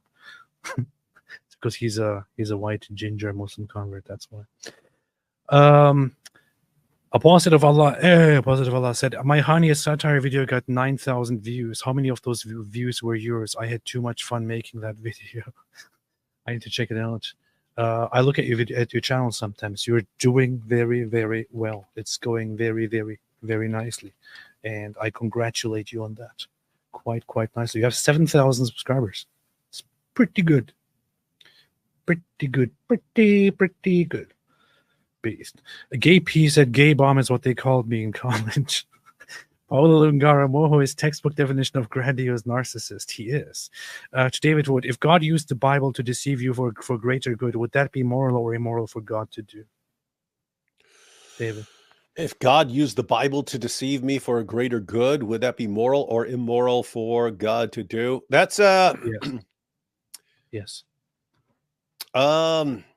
It's that situation of, can you do something that would otherwise be wrong for a greater good? Like, so lying would ordinarily be bad. What if Nazis show up to your house and say, are you hiding any Jews here? And you happen to be hiding Jews in your attic. Would that be a good thing to do? So in other words, can you do a bad thing because it's leading to a more important good thing? I would say yes. As far as this, I'd have to think about the specific question, whether this, because now you're talking about why God would need to deceive using the Bible. I don't know why God would need to do that, but Alhamdulillah. Did this question just come in because you saw my screen here? Carson, the favorite Orthodox rabbi.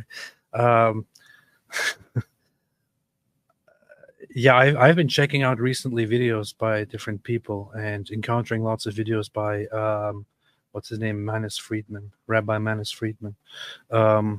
Very, very interesting guy, very interesting voice. The funny thing is, I have been listening to a book written about the Rebbe, the famous rabbi of the Chabad, who died like in the 90s, I believe. Very, very influential. But yeah, I don't have a favorite right now. I'm just listening to people. That's it. He was a very, very, very, very, very, very, very interesting figure. I'm absorbing a lot of ideas actually from that guy. Hey, Apostate of Allah, looking at her channel now, she's actually getting good numbers of views just in general. So she had the Ismail Hania video, and that's it, almost 10,000. But other videos, 7.1 thousand, 10,000, 6.5 thousand. And then her Why I Left Islam video, 79,000, 17,000, and so on, 60,000. So those wouldn't be huge numbers if you had a big channel. But for someone who started posting a little over a month ago, that's a ton of views. I mean, keep in mind, guys, Zakir Naik has what, 4 or 5 million subscribers, and Apostate of Allah is getting more views per video than Zakir Naik right now. Zakir Naik gets like 2,000, 2,000 to 3,000. With all those millions of subscribers, gets 2,000 to 3,000. Anyway, the point is, more people are watching, paying attention to what Apostate of Allah has been saying, even though she was only posting from like a little over a month ago. More people are interested in what she has to say than in what Zakir Naik has to say at this point. So that's pretty crazy growth, real quick. That's pretty based. That's pretty based. That's pretty based. Yeah. Yaakov, I said Rebbe was close to Benjamin. Yes, I found that out. And I saw 2 clips. I think actually something that I saw from him talking about Rabbi Menachem Mendel Schneerson, who was the head of the Chabad Jewish movement. He was very close to Netanyahu, and he gave him great advice. And there was this exchange that he had with him where he was telling him that that peace and not war is the best way to go. And he congratulates him for making sure that there is no war, but peace and diplomacy. Unfortunately, it didn't really go as planned, but yeah, the guy was a great guy, man. Marley Barley, Prince Ali, fabulous he, Prince Ali, Ali of Dawa.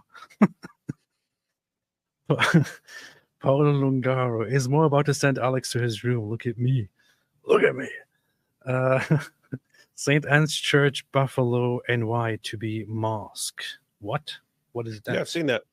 There's some old church there in Buffalo, New York, and Muslims bought it, but it got sold to them at like some super cheap price, even though it's some awesome, beautiful church, and they sold it to them for like $250,000, which, yeah. And so Muslims love it. Catholic Church in Buffalo to be converted into a mosque following controversial sale. Sold to the Islamic community for $250,000, who are converting the historic church. What? Mm-hmm. $250,000? Yeah, you see the building for that for $250,000. What? You're talking New York, man. Yeah, you can't get a historic church. You can't get a little house for that. What? Why? You gotta show you're not an Islamophobe. How hard is this? You have to bend over backwards and open the doors to Islamization if you want to show that you're not an Islamophobe. Look at that place. Look at that architecture and so on. Historic Catholic Church in Buffalo to be converted into a mosque following controversial sale. According to Newsweek, the Diocese of Buffalo sold the St. Anne's Church complex for $250,000. The property was sold to Buffalo Crescent Holding, which is reportedly affiliated with the Downtown Islamic Center, after having been out of use due to structural safety concerns since 2012. Really? Oh, well. That's why. Sold the Islamic community for $250,000. This is ridiculous. Mm-hmm. As Catholic Vote previously reported, the Buffalo Diocese announced earlier this year that it planned to sell its own headquarters building for $9.8 million in wake of Chapter 11 bankruptcy filings, and so on and so forth.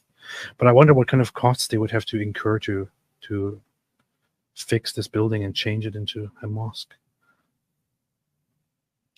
Yeah, I mean, it's sad, man. Yeah, that could be some minor repairs, or that could be like millions of dollars of repairs. Don't know. But that is, I mean, seriously, for $250,000, that place in New York.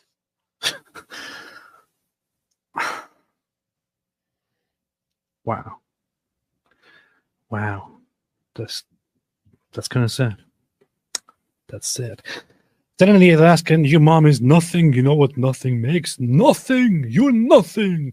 Hijab the man, baby. Hijab the man, baby. Mo, Alex Jones is a longtime supporter of Tommy Robinson. He has been. I don't know how many Alex Jones voice. Here, David. Alex Jones voice.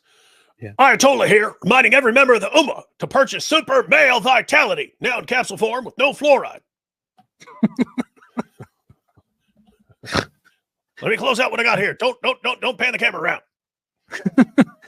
I don't like how many Mojab off that tramadol, bro. That is weak. It's barely aspirin, said. Speaking on behalf of AP's fans, we are appalled that Muhammad Hijab is sprung off that weak stuff we smoking sherm over here. We roll in formaldehyde. Muhammad Hijab did reveal to me a different reason why his behavior is sometimes messed up. And I did announce that. I did say that very briefly. I mentioned it very briefly during a different live stream.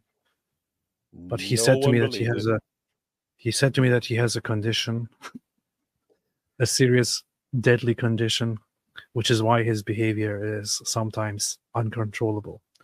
And he privately said that to me, and he said, "But don't tell anyone." And to this day, I'm thinking, what a dumb thing to do. Maybe this is part of his uncontrollable behavior, that he actually messages me and tells me that he has a condition which makes him act a certain way, but I shouldn't tell anyone. This guy's just a lunatic, I don't know. Sid Dave, it is really sad that the West allowed folks like Hijab get citizenship and they're spreading their poison, and there is no way to rid them of society. I don't want to comment on this. 100% of AP's followers are proud Islamophobes. Probably 99%. 100% of his followers are based. 99.5. A roadman Hijab has lost it. He's done now.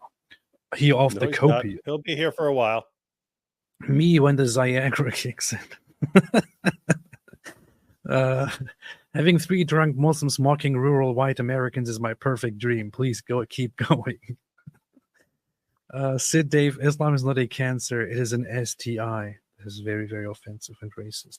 TLX, why is Hijab calling people fat and having annoying voices? Has he not met himself? Probably not. He probably has a very strange and warped self-image. He probably thinks that he talks and acts like Brad Pitt or something. I don't know. Urinating broom, not drunk. Alcohol is haram, and the Lion of Dawa would never get drunk. Mojab is the GOAT. Dude has done so much harm to Islam. Put some respect on him. This is true. We do. And so when the question was, are there any Dawa clowns that we respect? And I said there are different ways we can respect them. We respect all these guys quite a bit for destroying Islam for us. Muhammad Hijab, Ali Dawa, Hamza Sources, all these guys. Daniel Hakikachu, Jake. Hamza Tortoise. Zane said Sam doesn't like AP, so that's going to be a tough sell. You might have taken some some joking between Sam and me too seriously. Sam loves me a little bit too much, but he likes to talk trash about me whenever I appear, whenever I'm around him, and I like to talk trash about him sometimes. Not as much as he likes to talk trash about other people, because that's how he conducts himself. That's not what I do. I'm a very nice person. I don't have any problem with Sam. Sam is good. and knowledgeable. Mojab hit that good kush. Damn, didn't know bro was chill like that. But AP and David Wood are the coolest. Wish you could debate him high like that, though. I don't really want to, honestly. I wouldn't want to have a debate with Mohammed Hijab. It's kind of, especially if he acts like that, I can't imagine myself trying to be serious and having a debate on Islam while he's a complete fool. I don't know. It would be very difficult for me. Yeah, maybe that's the target audience. Maybe he's got desperate enough to where the target audience is a bunch of like stoners and stuff, and he's like, "Well, I have to be one of them. I have to be one of them, and then I can win them to Islam." The crackhead audience. He's the crackhead Barney of Islamic Dawah. Ayatollah Khamenei, I figured it out. Mohammed Hijab is possessed, his head is haunted, and he has a Turkish ghost speaking through him. This is the only thing that could explain such obscene and idiotic behavior. Turkey. This sounds plausible, but we don't have any evidence yet. A Turkish goat demon ghost. Alhamdulillah. Big man, Bogman, Sneeko needs to realize converting to Islam will not help him overcome his cuckoldry desires. It might even just amplify them. It might just amplify them. I don't know. Céléré Rosencroix almost seems like Hijab has a demon. Creepy stuff. Yeah, that's pretty messed up.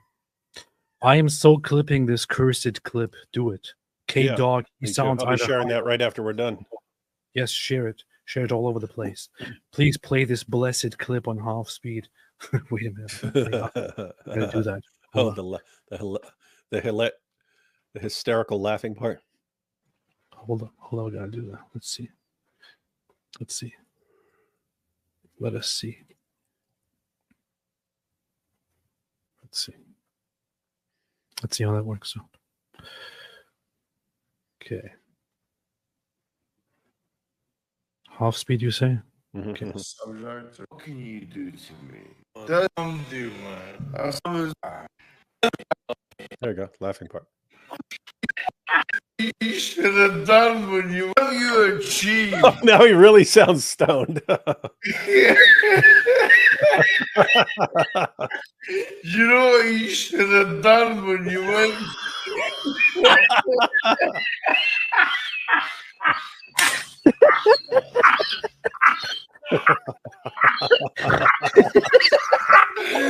What have you achieved, yo, Billy? What have you achieved,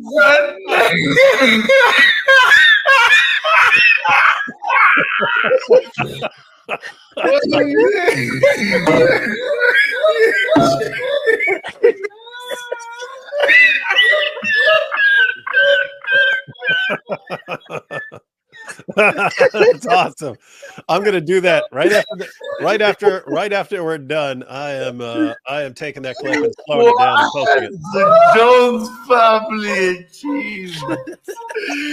What the Jones family achieved. Tell me what accolade that your dad done. Tell me what your dad done. Was they fight in Vietnam?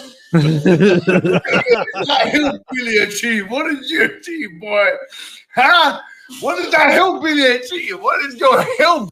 Wait a minute. This is 75. Billy father achieve? Okay, interesting. Let's put this here. What did you achieve, boy? Huh? What did that hillbilly achieve? What did your hillbilly father achieve? Tell me what he achieved. Tell me what that redneck achieved. Huh? Talk about Islam. Get out of here. You know what you should have done? You should have gone to Bohemian. Oh, wait a minute. Gotta play this part too. Let's see. This is too much fun right now. I'm really enjoying it. I'm enjoying this too much. Come on. I hate X videos. I challenge Alex Jones to a debate about this after he. You know what you should have done? You should have gone to Bohemian Grove and bloody worship the devil with them, bro. Because they would have given you some life opportunities. You should have gone with them. You got nothing.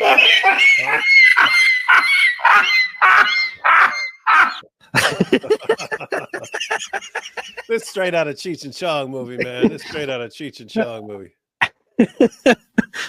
Well, that was definitely worth it. Thank you for the suggestion. Thank you Smart. for the suggestion, Ayatollah Khomeini. That was pretty good. Man, bro, Suleiman the Magnificent would do the same shtick about King Charles. The Fed is haunted by a real monster, a Turk. I don't know, he's wearing a Turkish hat, so it must be a Turk. Do you think UK government advisors know how toxic Islam is? Mohab, great example. No, I think that that Western people are collectively stupid. Yeah, so people of European origin and European heritage, so European people, Western people, especially so white people,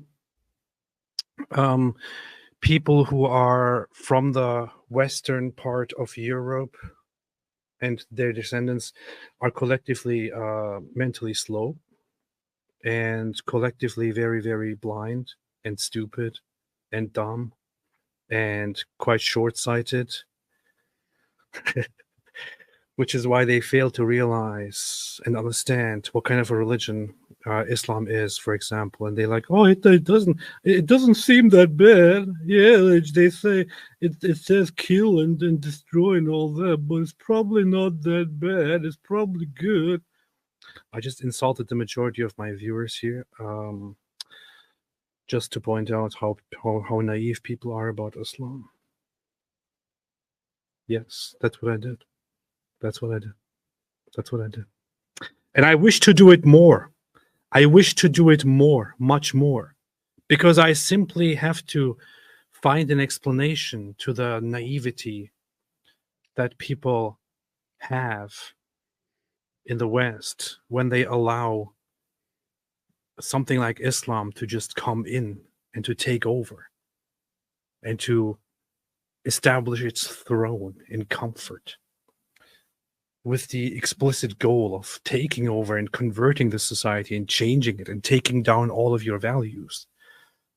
This is regular stuff that people in regular Muslim families learn. This is something that I learned. This is something that people learn in Muhammad Hijab's family and culture. This is the general mindset that people have in the Islamic worlds. This is the religious Islamic mindset, to come over, to take over your culture, to change it, to take down your values because your values are corrupt and useless and evil and devilish and so on. And they want to instill and install Islamic values and then impose them on you and be in charge and punish those who don't like it, punish those who disagree. And yes, some people will say, no, it's because of the wokeism. It's the libs. No, it's not the libs. It's not the libs. It is the West. It's not woke people. It is the West. It's not just woke people. It's not just woke people. It's not just progressives. It's not just liberals. It's not just socialists. Whatever it is the Western mindset in general. In the UK, in the Netherlands, in Germany, in France, in different European countries, it wasn't the left that caused this to happen. It was regular centrist parties. It was conservatives that allowed it to happen, that endured it, that made excuses for it, and so on. It is the Western mindset in general that has become so weak that people are so advanced and knowledgeable and intelligent and smart in the West in general, highly educated at the forefront of cultural influence in the world, but so blind to understand something as basic about a different religion as this religion is not friendly. It is very, very, very bad. Historically, we have been at war with this religion since it came into existence. But somehow, we can make peace with it. We can be fine. We can be cool with it. No. And Truth Hurts said they're finally waking up. Thankfully, I do not believe so at all. I think very few are waking up. Most people still just continue with this whole naivety. Unfortunately, lots of the people who wake up are instantly crushed too, as a warning against anyone else waking up. Yeah. So things will have to get worse, significantly worse, before you just have people stand up and say, nope, we're standing against this and we don't care what you're going to do to us, but we're not standing for this anymore. And we don't care if you can lock us up. If you're going to lock us up, then lock us all up, something like that. You ain't there yet. Yes, yes. And don't be offended when I say that people are naive and that the whole culture is stupid and all of that, because I'm definitely not saying that as somebody who is smarter. I'm saying it as someone who's Turkish and therefore always thinks that I'm smarter. I can't think of a different culture that actually is smarter. But for some reason, Europeans have this blindness that they develop toward threats. I guess maybe it's this whole streak, this whole long period of security and safety and seeing peace all the time, and then thinking that the whole world is like them. I don't know what it is. I don't know. I'm not saying I'm smart and you are stupid. I'm saying that the culture in general has really become blinded, despite being possibly the best culture in the world at the moment. That's what it is. Alhamdulillah. Tezbot, do you think UK government advisors know how to ask Islamists? I already read this. What's wrong with you, David? Dude, that's Muhammad without hijab. Yeah, that's true. Cam, how do you feel that Alec... Look at the profile picture. Nice. How do you feel that Alex apologized for things he did in the past? He said he went crazy of things in his life. Thanks, guys, for all you do. Golden shower. Thank you for the golden shower. Muhammad Hijab also apologized for all the things he did. Yeah, yeah. Jeffrey Dahmer also apologized. The problem is, did he mean it or not? You know? Yeah. Ayatollah Khamenei, but Alex Jones has, I guess, in the past, he said that he feels regret for certain things that he said and did in the past. I don't know. I just can't take that guy seriously. He seems to be a little bit crazy. He suggested, for example, a while ago that that ISIS and Al Qaeda, was it ISIS? No, he said that ISIS was created by Obama or something like that, which was just so dumb. It doesn't even make sense. It doesn't even begin to make sense. The timeline doesn't make it chronologically doesn't make sense, because ISIS was an organization long before, or it was in the forming long before Obama ever rose to any form of relevance. Now you can defend it. You can defend a claim like that in the sense of, okay, so this is back when he was comparing them to a JV team going up against the Lakers and so on, making fun of ISIS as not a threat at all. You can say that stupid U.S. policies allowed ISIS to form, but I'm guessing the conspiracy theorists want to say more than that, like it was deliberate, like, hey, let's go help a caliphate start for some reason. Yeah, I found this tweet here. So here's Alex Jones saying, it is a fact that Obama created ISIS with the help of Israel. Oh yeah, he is attacking Israel. Why don't you criticize Israel? Israel also created Hamas. Now, okay, let's read the whole thing. The West used the threat of Islamic terror to take our freedoms and invade the world. After destroying the Middle East, the globalists then opened our borders and flooded us with jihadists. There's just so much to dissect here, but let's take this part. It is the fact that Obama created ISIS. That is totally nonsense. Complete nonsense. That doesn't make any sense. Again, as said, it is chronologically wrong. ISIS came into existence as a group and was rising long before Obama had any relevance at all. With the help of Israel is, again, a completely far-fetched idea and reminds me of different people who like I don't know, Jake Shields. This is a claim that somebody like Jake Shields or Nick Fuento would make.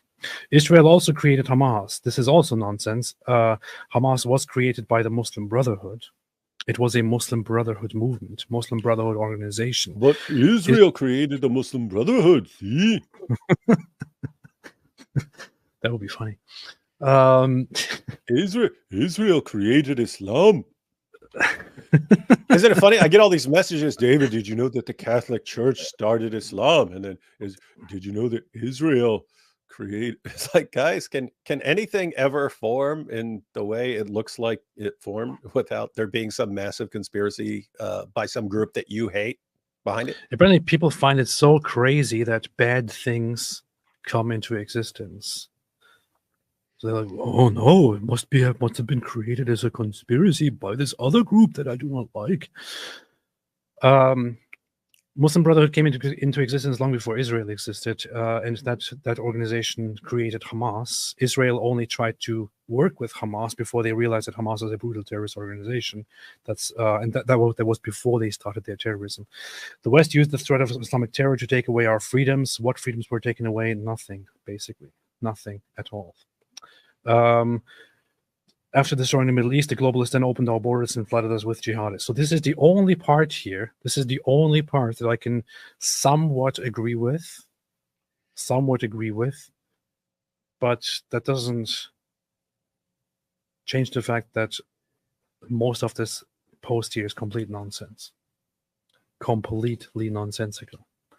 And as long as he still says things like these, I just can't take this guy seriously. And the funny thing is, he also posted this in response to this clip, which is a distorted clip by Obama.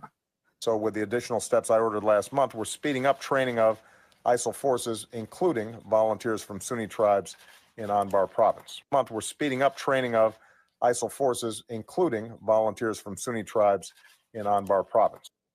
This is a clip of Obama saying that they are increasing the training of ISIL forces. ISIL is another name for ISIS.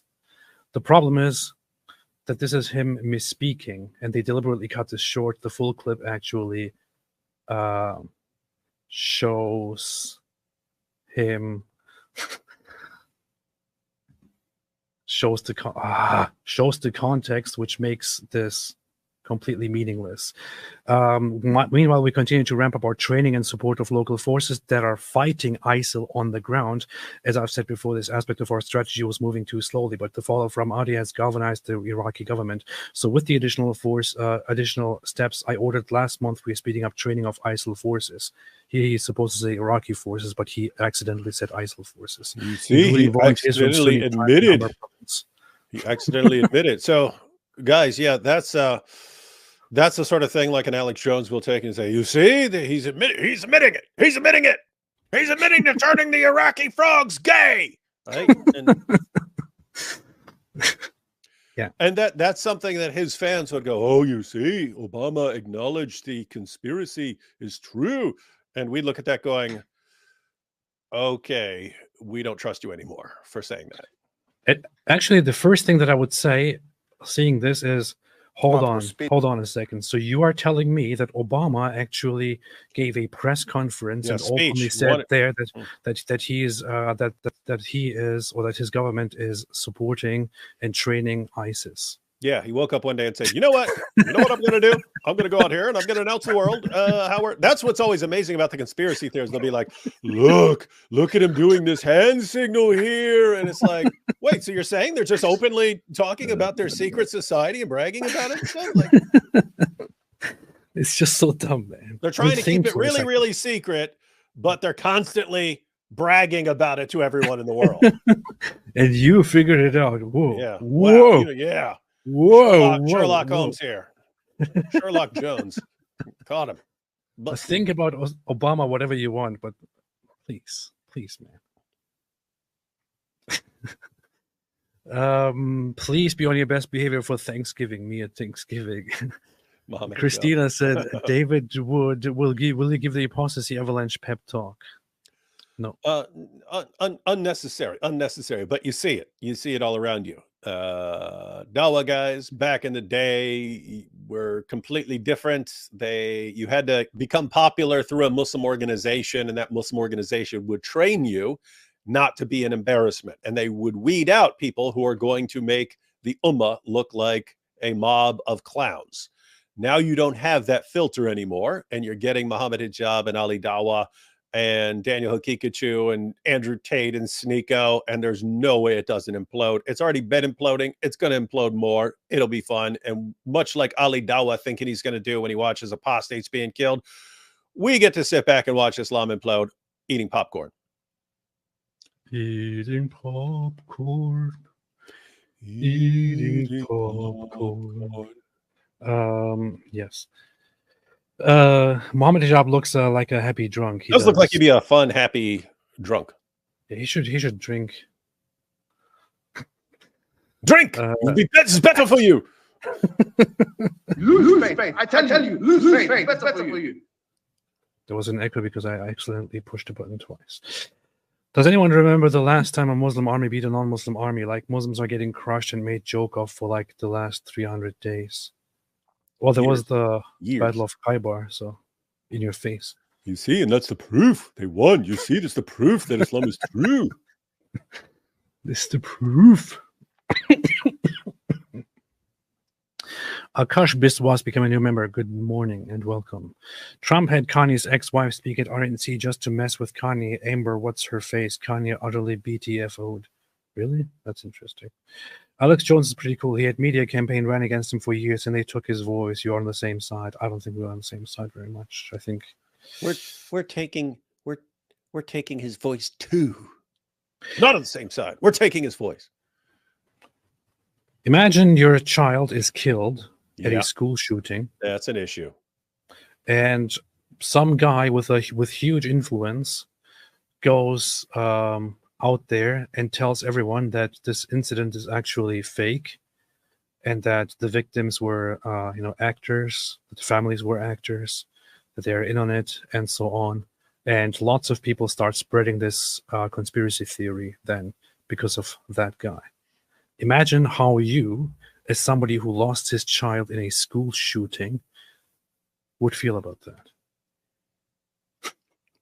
The other guy who caused this stuff is Alex Jones. I can't have any sympathy for that guy. And there is very little that is redeeming.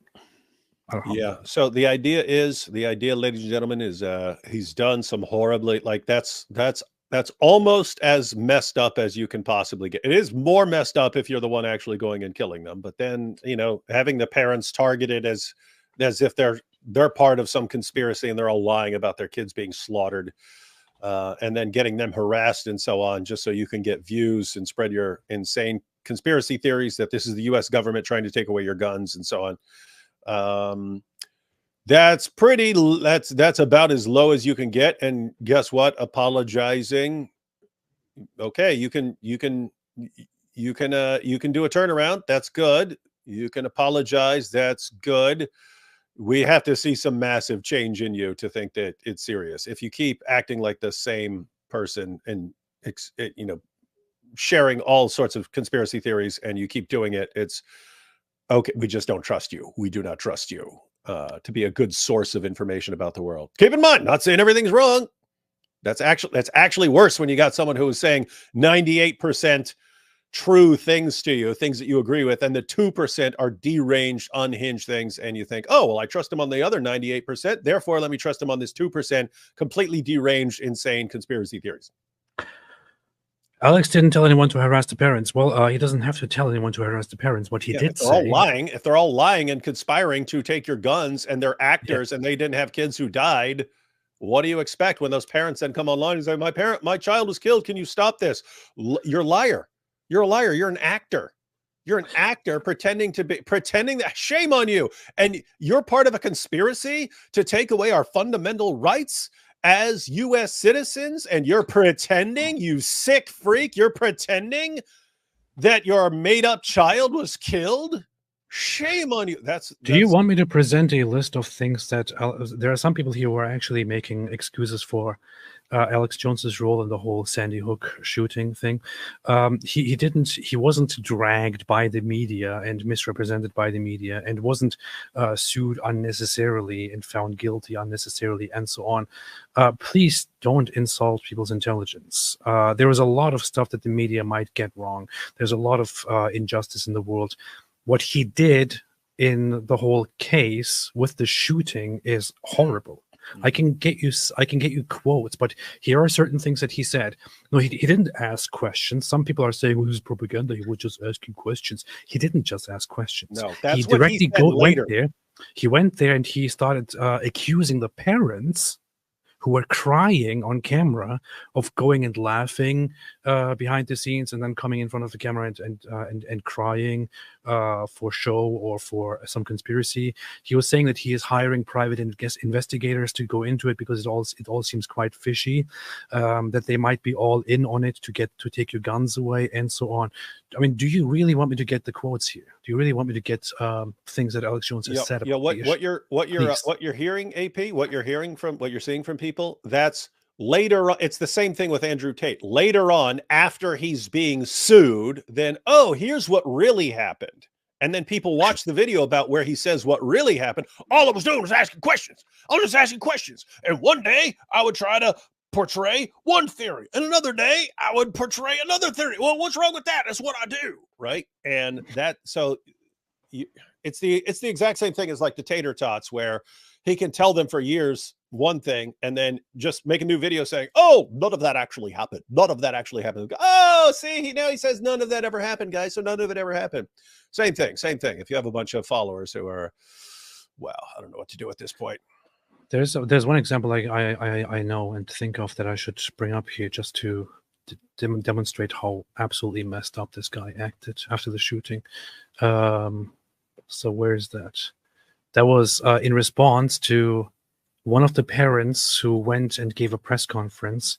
He started mocking the parent and said, "Oh, he seems quite happy.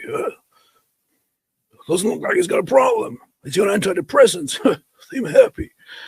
I think there is a clip of it, but just look into it. Let's see if I can find that. Let's see if I can find that clip. I know the quote, and I could probably find the quote somewhere, but I would rather have the clip. Anyway, I don't want to look here right now. If somebody has the clip, send it to me. Otherwise, I can just read the quote of it. So here, Robbie Parker is the parent. His daughter Emily died at Sandy Hook. When he gave a news conference the night after the shooting, Alex Jones said, "After you lose your daughter, they put you on some antidepressants or something. But I thought those take a month to kick in. I mean, it's like a look of absolute satisfaction, like he's about to accept an Oscar." That's what he said about the parents whose child just died. And you think this is just asking questions? You think this is just presenting theories? Asking questions, man. Which part of just asking questions wasn't clear? He said it. He followed. It looks like he's saying, "Okay, do I read off the card?" He's laughing, and then he goes over and starts basically breaking down and crying. Please, man. You must be messed up if you're aware of what the guy actually said and did and still defend him. If you don't know, please go and learn. Yeah. Alex Jones, Ayatollah Khamenei, I'm at the kindergarten, Batman. Ha ha ha, Joker, Hijab. I am at the kindergarten, Batman. Joker, what did you do at the Gotham petting zoo? Joker, Batman AP on the bat phone after sleeping through the crime.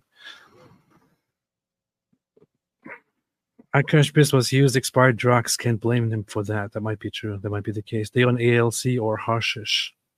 I don't know, man. I think he's on something. I think he has mental problems. I think Mohammed Hijab has severe mental problems. Definitely. I think he is exactly whatever he is on, whatever his mental problems are, whatever the drug situation is, whatever any of this is, he's the right person for the job. Let's just say that. Yes. He's the perfect person for the hijab. I look at Mojab and I do wish I was him because I had to quit coke years ago and I miss it dearly. Ayatollah Khamenei, are you kidding me, man? Do you really want to be stuck on this? There are some people. Who was that? I just saw a comment here. Then why were the parents laughing or something like that? Dude, do you really want to go back and Alex Jones is right?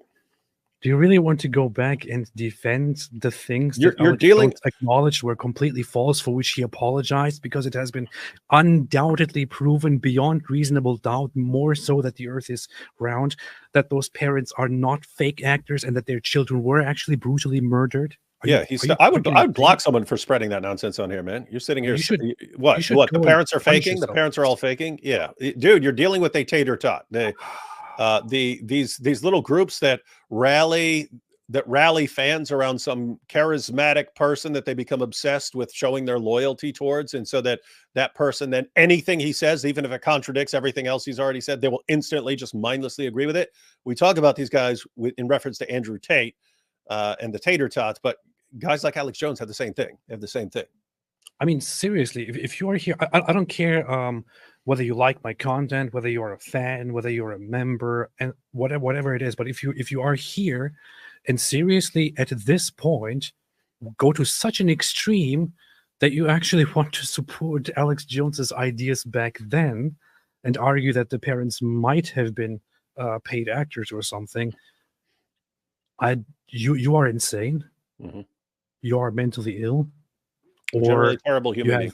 You have a horrible personality, or a horrible person. You believe in absolutely horrible things. Mm-hmm. You should go check yourself. You should really before you wreck yourself and contemplate about what kind of a person you are. Maybe, I don't know, talk to somebody, get help.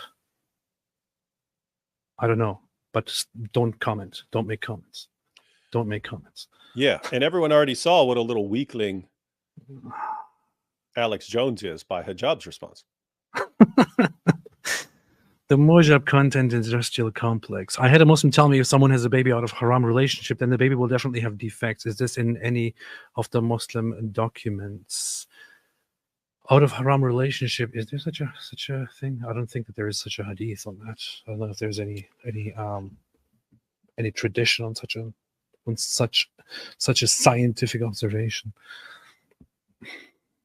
Can't think of nothing. That one Jewish girl said Mojab has weird obsessions with moms and with wives. Mm-hmm, mm-hmm. With wives. He also did a whole thing about Ben Shapiro's wife. And by the way, everyone, a little side note here. He'll get into a debate or an argument with someone. What does he do? He instantly starts going after family members, right? He instantly starts going after family members. He did that with Rabbi Shmuley. Starts talking about his daughter. Your daughter, I bet she could take two people on one. He starts talking about that. That's what he does. Then he does it with Alex Jones. Your mom, your dad. Your mom, your dad. Notice he doesn't try that stuff with us anymore. The point there is, guys, if everyone responded in the exact same way, namely massive Quran desecrations whenever he crosses that line, he wouldn't be doing it anymore. You could actually stop this behavior. But we're still pretty grateful for Muhammad Hijab here. I understand why you're not engaging me. I just want to speak to your wife for a second. Yes, I'm speaking to Ben Shapiro's wife. Ben Shapiro's wife, whatever your name is, just know your husband is a coward. Just know this is the real man. Look at me. Ben Shapiro's wife, please look at me. Your husband is a coward. He can't engage me. And he has no excuse.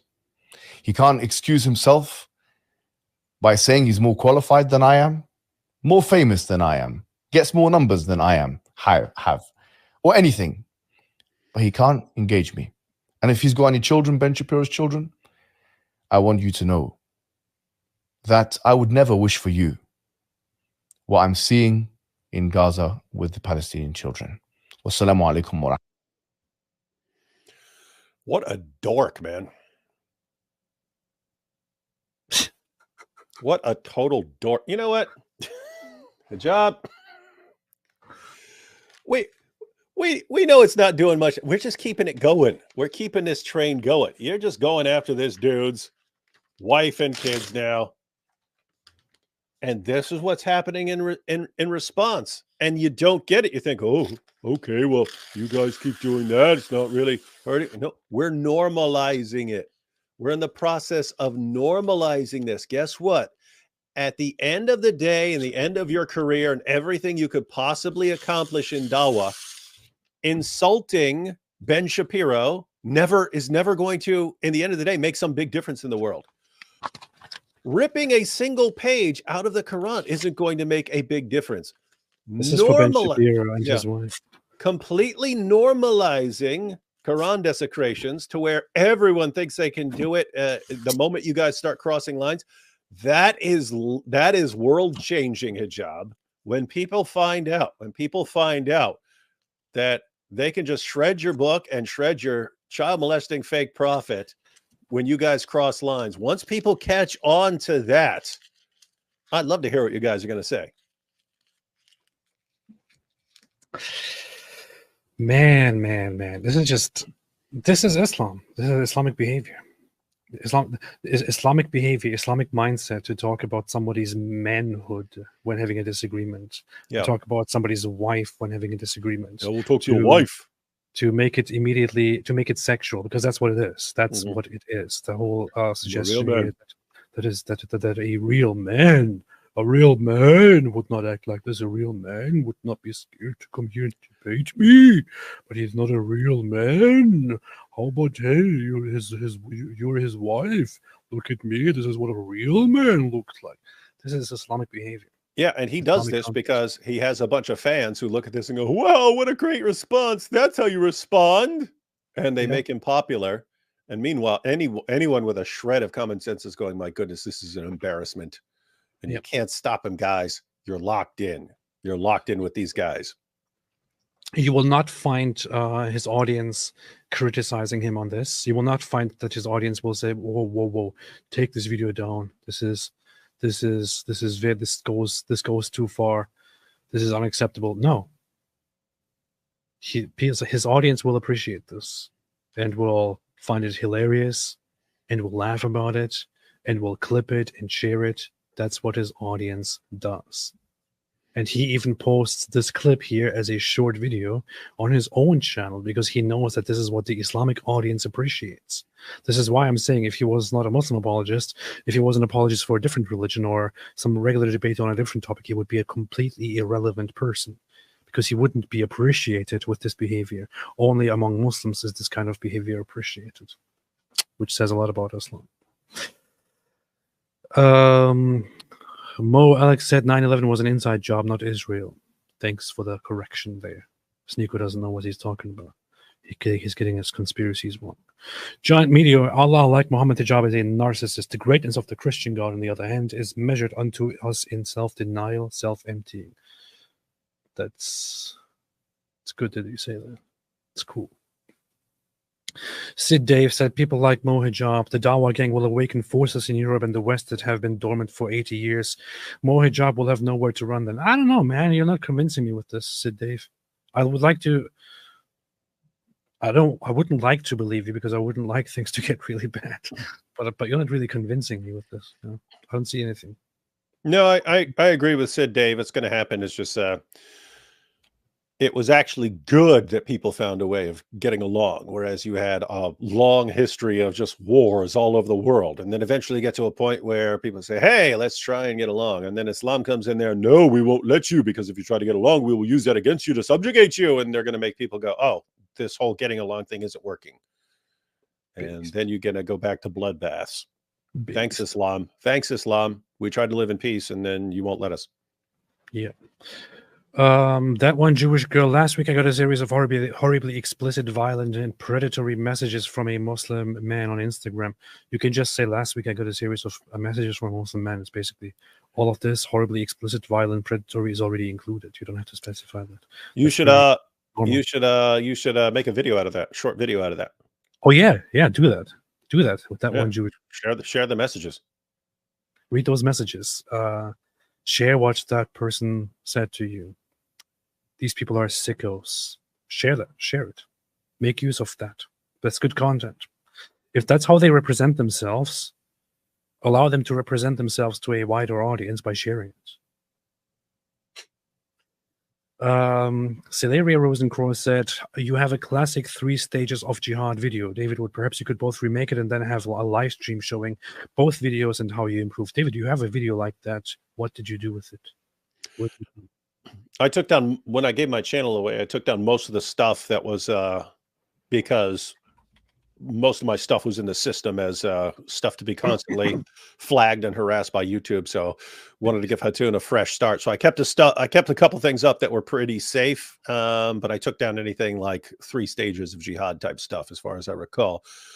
So anyway, but yes, I have the original on a hard drive.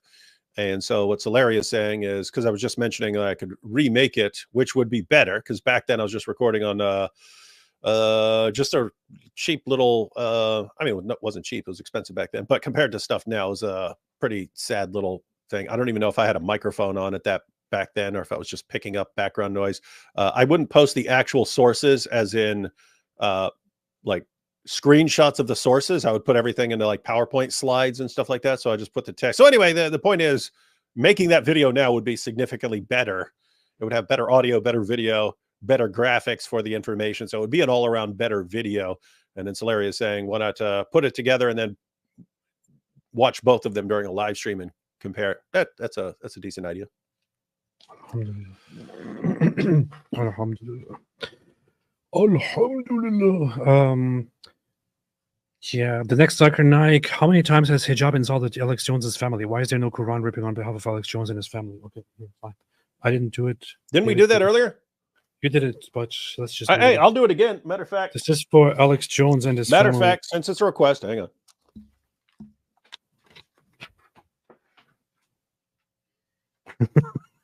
on. What's happening? Alex Jones, look at me. Look at me, Alex Jones. Look. Oh, man.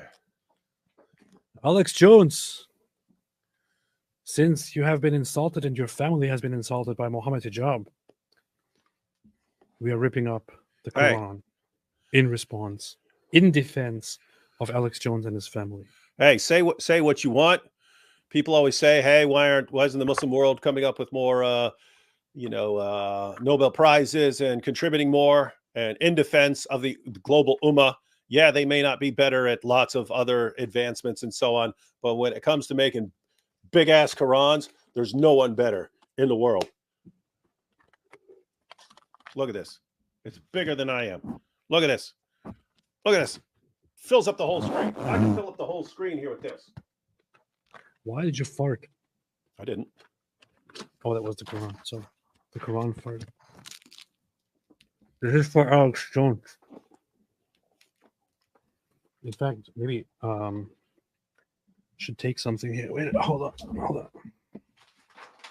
Alex Jones had some very nice words for Islam. I should put them on. I did it. Look at this giant Quran page. What you get when you talk about Alex Jones' mom. What you get when you talk about Alex Jones' mom.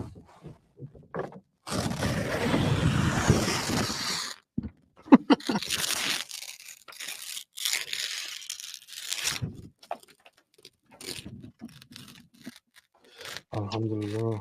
Alhamdulillah. Alhamdulillah. This is powerful stuff, man. Powerful stuff.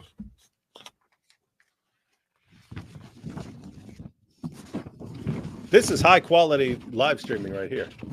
Yeah. I'm working on something right now. All right. I think I got it. Let's see. I hope this works out well. Maybe I should give this to Alex Jones one day. Here, look. Here's the Quran. Here's the Quran page. Nice. It says pedo cult. Yeah, you got to give that away as a prize, son. Yeah, yeah. This is for Alex Jones. For Alex Jones. I want to hand this to him one day and say, hey, this is from me to you because Mohammed Hijab insulted your wife and your mother and your father and you and so on. So, yeah, there you go. Alex Jones. Alex Jones. I might disagree with you on lots of things. However, I can agree with you on one thing, which is this. Yes, precisely that. Alhamdulillah. Powerful. All right. Now that we have had our 2 minutes of now that we've humiliated him, fun and totally inappropriate behavior towards people's holy book, let's continue with the super chats. Big Rig 0485 said he could deceive using the Bible, even for the greater good, but he would cease to be able to say he is the truth. This is a response to a question that was asked to you, David. Do you agree with this, David? I don't know. David's busy right now. I think these are silly questions. We've got serious business going on here. Roblar75, y'all should stand at corner with San Satan legal ass PDF philia. Prophet Muhammad and Allah allow it, and you should accept me too. Dressed like a stereotypical pedo and record reactions. I wouldn't want to do that because I would be afraid of getting shot. Hey, yeah, dress up and shake your booty. I don't want to be shot. Hey, let's set up a Dawa booth in San Diego or something like this, and all our arguments will be about legalizing child marriage, and we'll have all these materials we're distributing on the glories of child marriage. I don't want to be shot. I don't want to be shot. I don't want to be rightly shot.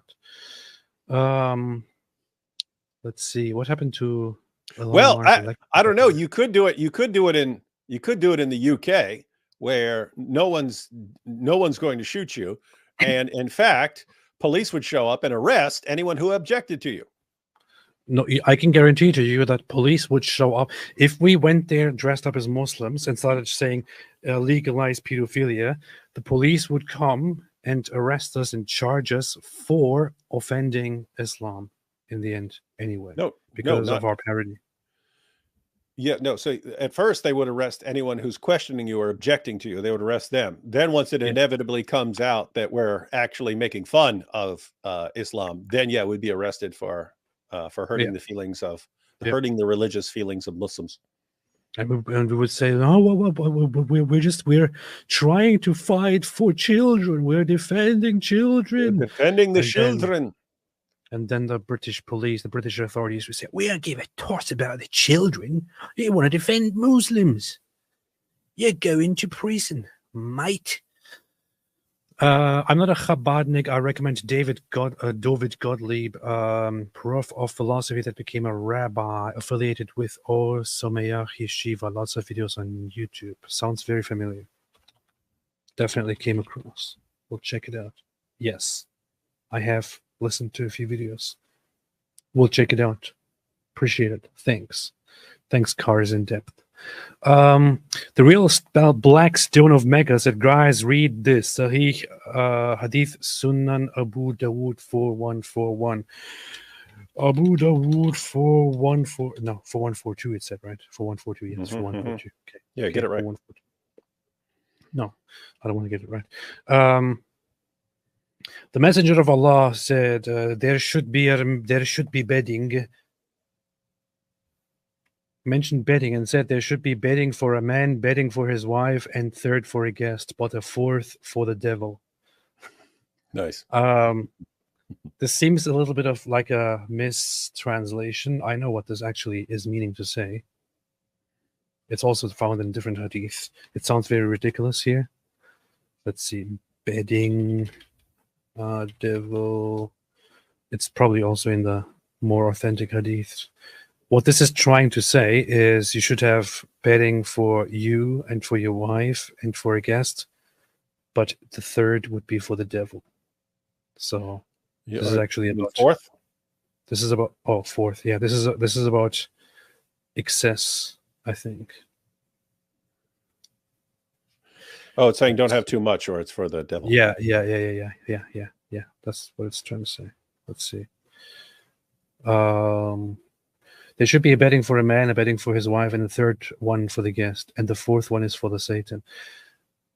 It doesn't really sound better, but that is just how they translate it into the English. But pretty sure that this is what this means to say is don't have too much of anything, because the rest is for the devil. Yeah, I stuck it into a translator. It said a bedding for the man, a bedding for the woman, a bedding for the guest, and the fourth is for Satan. Yeah. Alhamdulillah.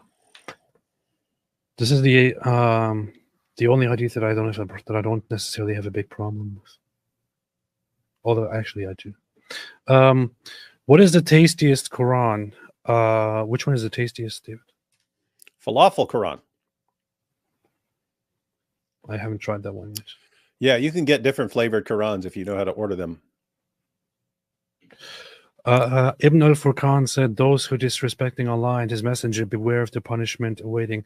Allah is Is that a challenge? I would have said some very explicit things, but David is here, and I don't want to be like that to my audience. So wait a minute. I want to say that Allah is a little weasel, and the vagina blower. Allah, the vagina blower. That one with the vagina. Yes, that one. And Muhammad, the messenger, child molesting, murdering rapist, invited to eat some testicles. Hope that makes me happy. Wait a minute. When you say Muhammad, are you talking, because there are lots of Muhammads, man? It's it's the most common name in the world. Yeah. Are you talking specifically about the semen-covered, demon-possessed, child molesting, murdering rapist? That one? Yeah, the child rapist. Yeah, the slave trading. Well, there's been a lot of those too. There's been a lot of those that happen to be named Muhammad too. Yeah, no, I mean the child rapist. The semen-covered one. The semen-covered one? Yes, but the one the semen-covered one. who lived in the 7th century. So the child rapist, semen-covered Muhammad, who lived in the 7th century and who claimed that he is speaking to this idiot called Allah. That's who I'm talking about. Hope that narrows it down. Thank you. Western people are collectively stupid. This is a disgusting thing to say, man. Calm down. As well as becoming more atheistic. Coincidence? I think not. I don't know. It's pretty rude. You shouldn't be insulting people like this. This is pretty rude and racist. I'm going to report you for this chat. Celeria Rosenkhan, not only Europeans, 80% of humanity idiots. And now we have here somebody who insulting 80% of humanity. Reported that as well. Stop Animal Cruelty said, us Tommy Robinson supporters are in the know. Yes, you are. AP is smarter, but Jews are the smartest, you see. Yeah, the Jews are actually the ones who made me smart, and the Jews are also behind people being smart. And the Jews, by the way, the Jews control Israel. Just so you know, don't tell anybody. True story. Celeria said, I would also say it's the result of the degradation of the virtue-based ethical foundation of civilization, starting mid-Enlightenment decadence. Yeah, you could see it that way, or you could interpret, you could similarly describe it or define it as people taking good ideas like liberalism a little bit to the extreme and misunderstanding them and misusing them so much that it starts defeating the entire purpose of liberalism. Which you could also then again boil down to people being stupid. Sid Dave said, not just leftist Westerners, Indian leftist Hindus are also a lot like that. A lot that likes to appease Islamists and willing to go against their own culture and civilization to protect multiculturalism, diversity. Alhamdulillah. That's true. Cenk Uygur. Cenk Uygur says, Western... Uygur. Just Cenk Uygur says, Western white people are ignorant people that deserve what's coming. AP probably. Cam, wow, Alex broke my heart just like Hijab broke Sneako's leather straps while yelling at Sneako's mom, Hijab, keep it up, destroying Islam. Yep. Hope so. You broke my heart. You broke my heart, Fredo. Broke my heart. I think Mo has a teeny weeny hijab. Should make a ASMR Quran tearing channel. We should do that, man. I need to work on that. I have this idea very, very much. And you need to get special microphones. But there are these special microphones that are specifically for ASMR content, where as you get closer, they have this very nice way of picking up these closed sounds. That doesn't sound good. That sounds terrible. I know. That's why you should have a proper microphones. Proper microphones for ASMR, so that they make good sounds when you do these things.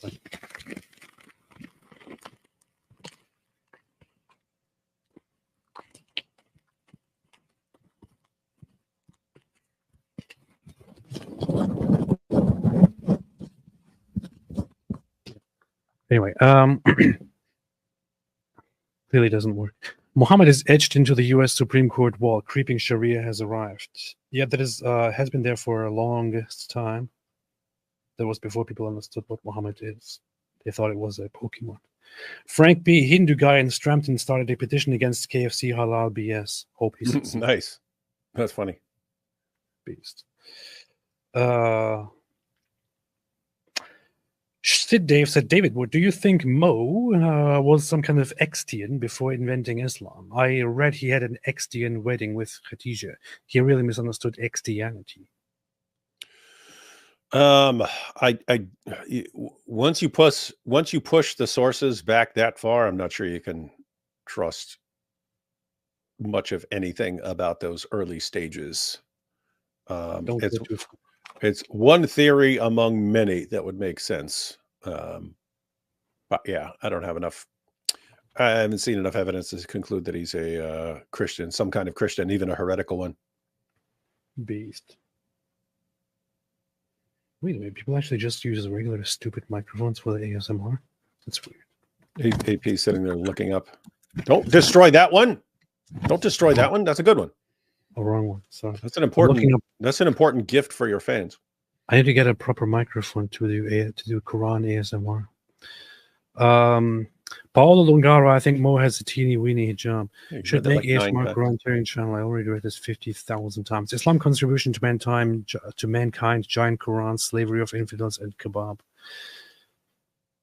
Yeah, I wouldn't say that the kebab is Islam's contribution. It would be rather. If you want to go through some of the things that Islam gave to the world, you could probably count, molesting children.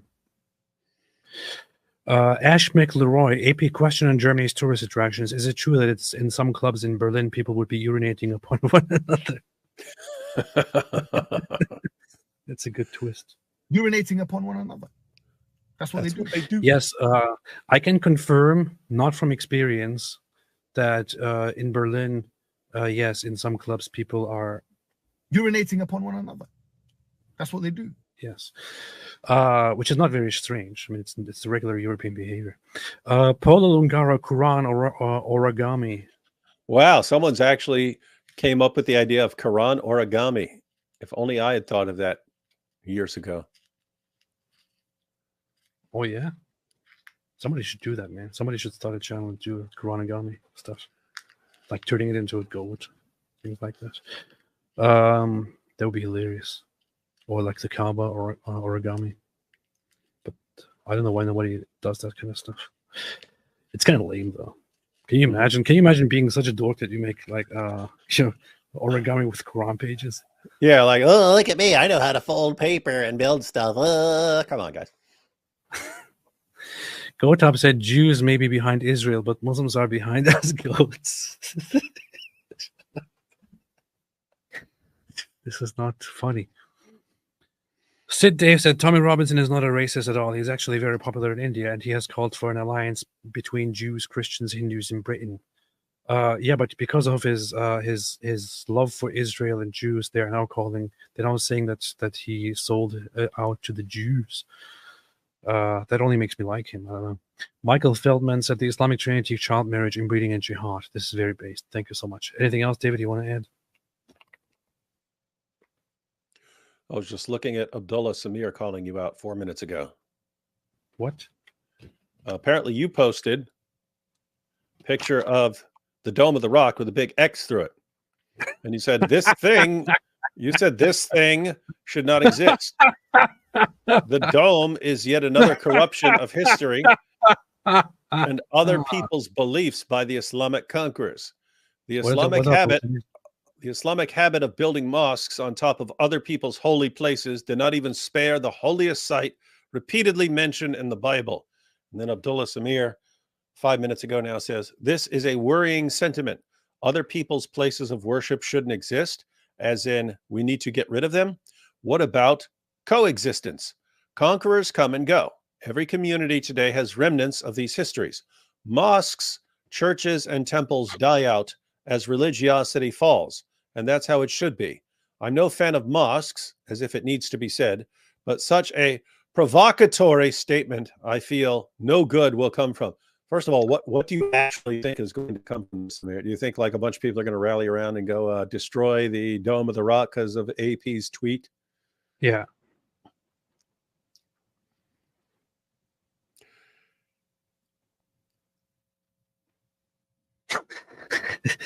No, Abdullah Samir is a good guy. Yeah. And we talk, we chat.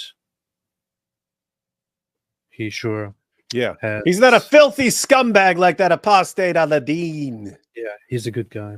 I like Abdullah Samir. Yep. He's a good guy. And this But is I a worrying think sentiment. Other he's- people's places of worship shouldn't exist, as in we need to I get rid of literally them. just Other read the people entire thing. exist. Conquerors come and go. Every community today has remnants of those histories. Mosque, church, and temple status is religiosity false, and that's how it should be. I'm no fan of mosques, as if it needs to be said, but such a provocatory statement I feel no good will come from. Yeah, we may have our disagreements. I disagree.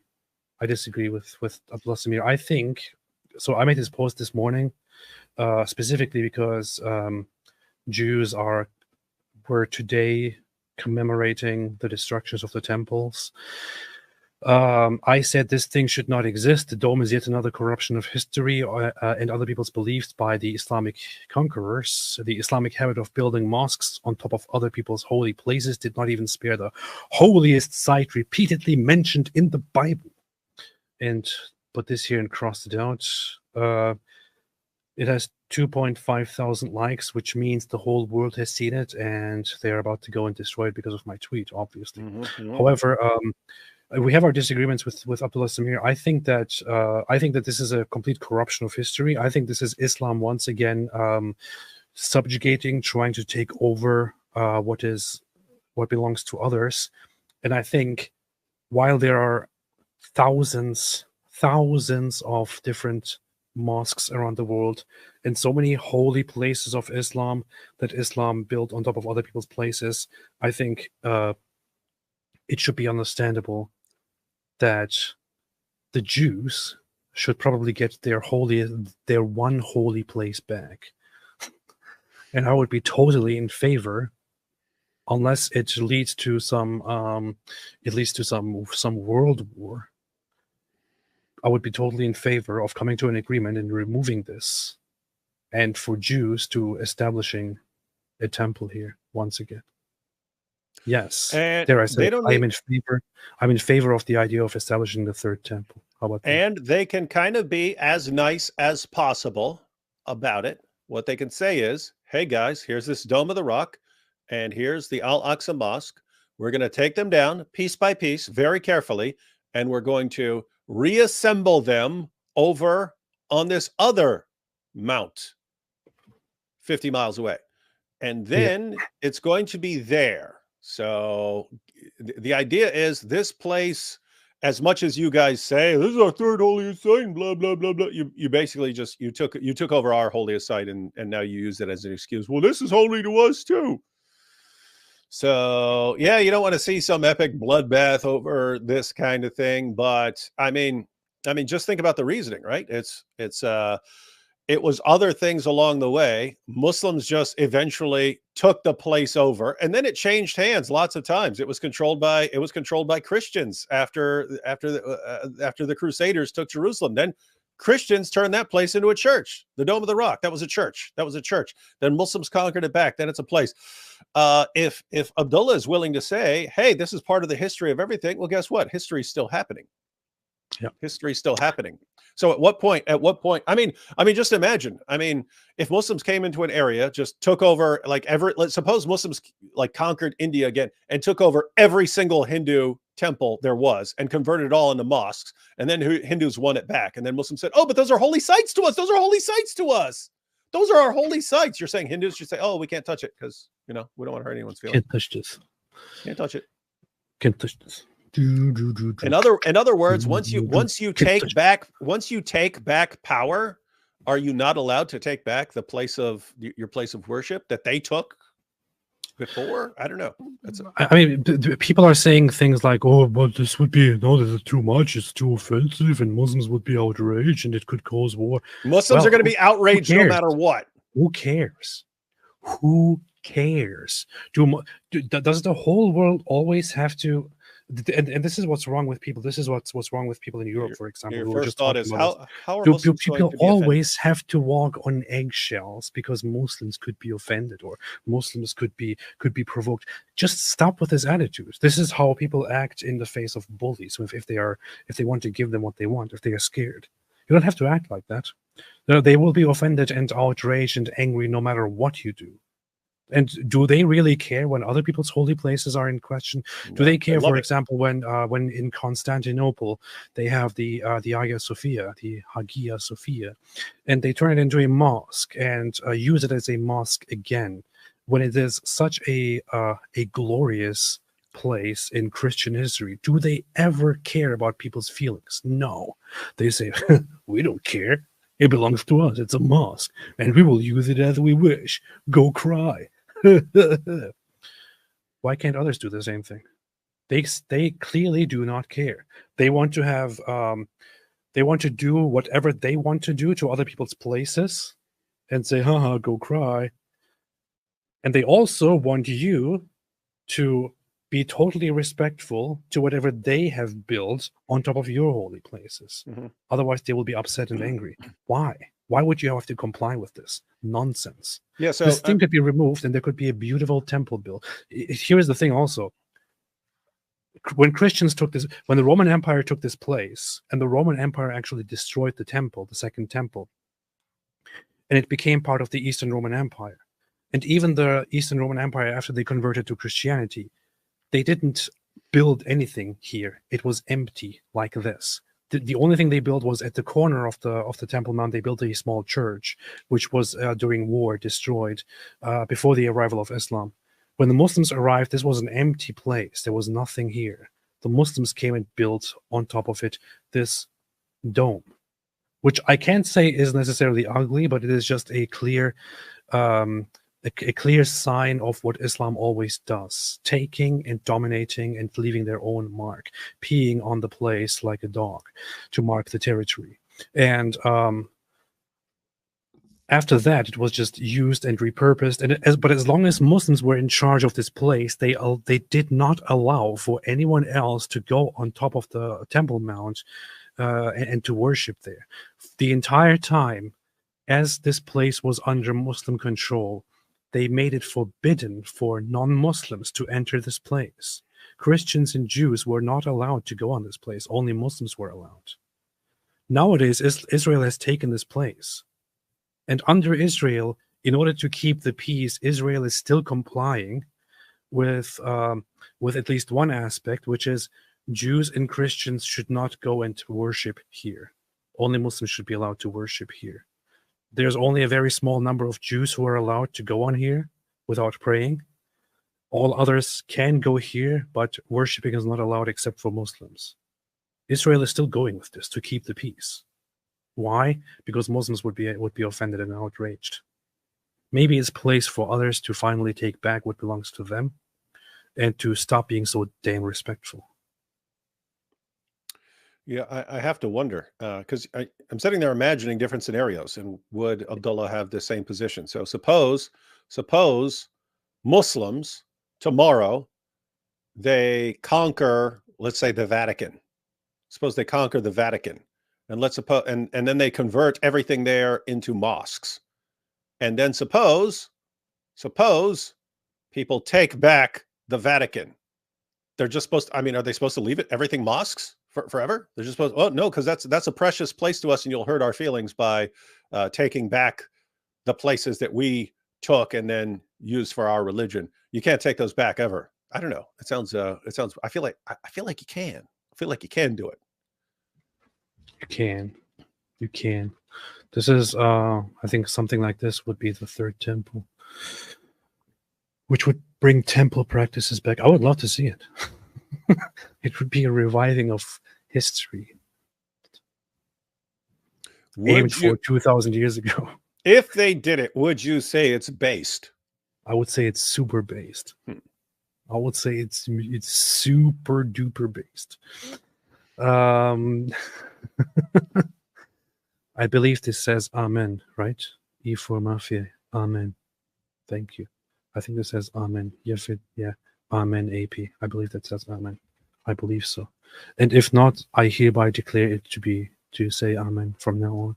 Just kidding. What does it say? Does it say Amen? Yes, it does. Okay, good. Fantastic. I can read. I have learned Hebrew now. Thanks. All right. David, anything else coming up? I don't know. Depends on when you want to go live again. later tonight, maybe.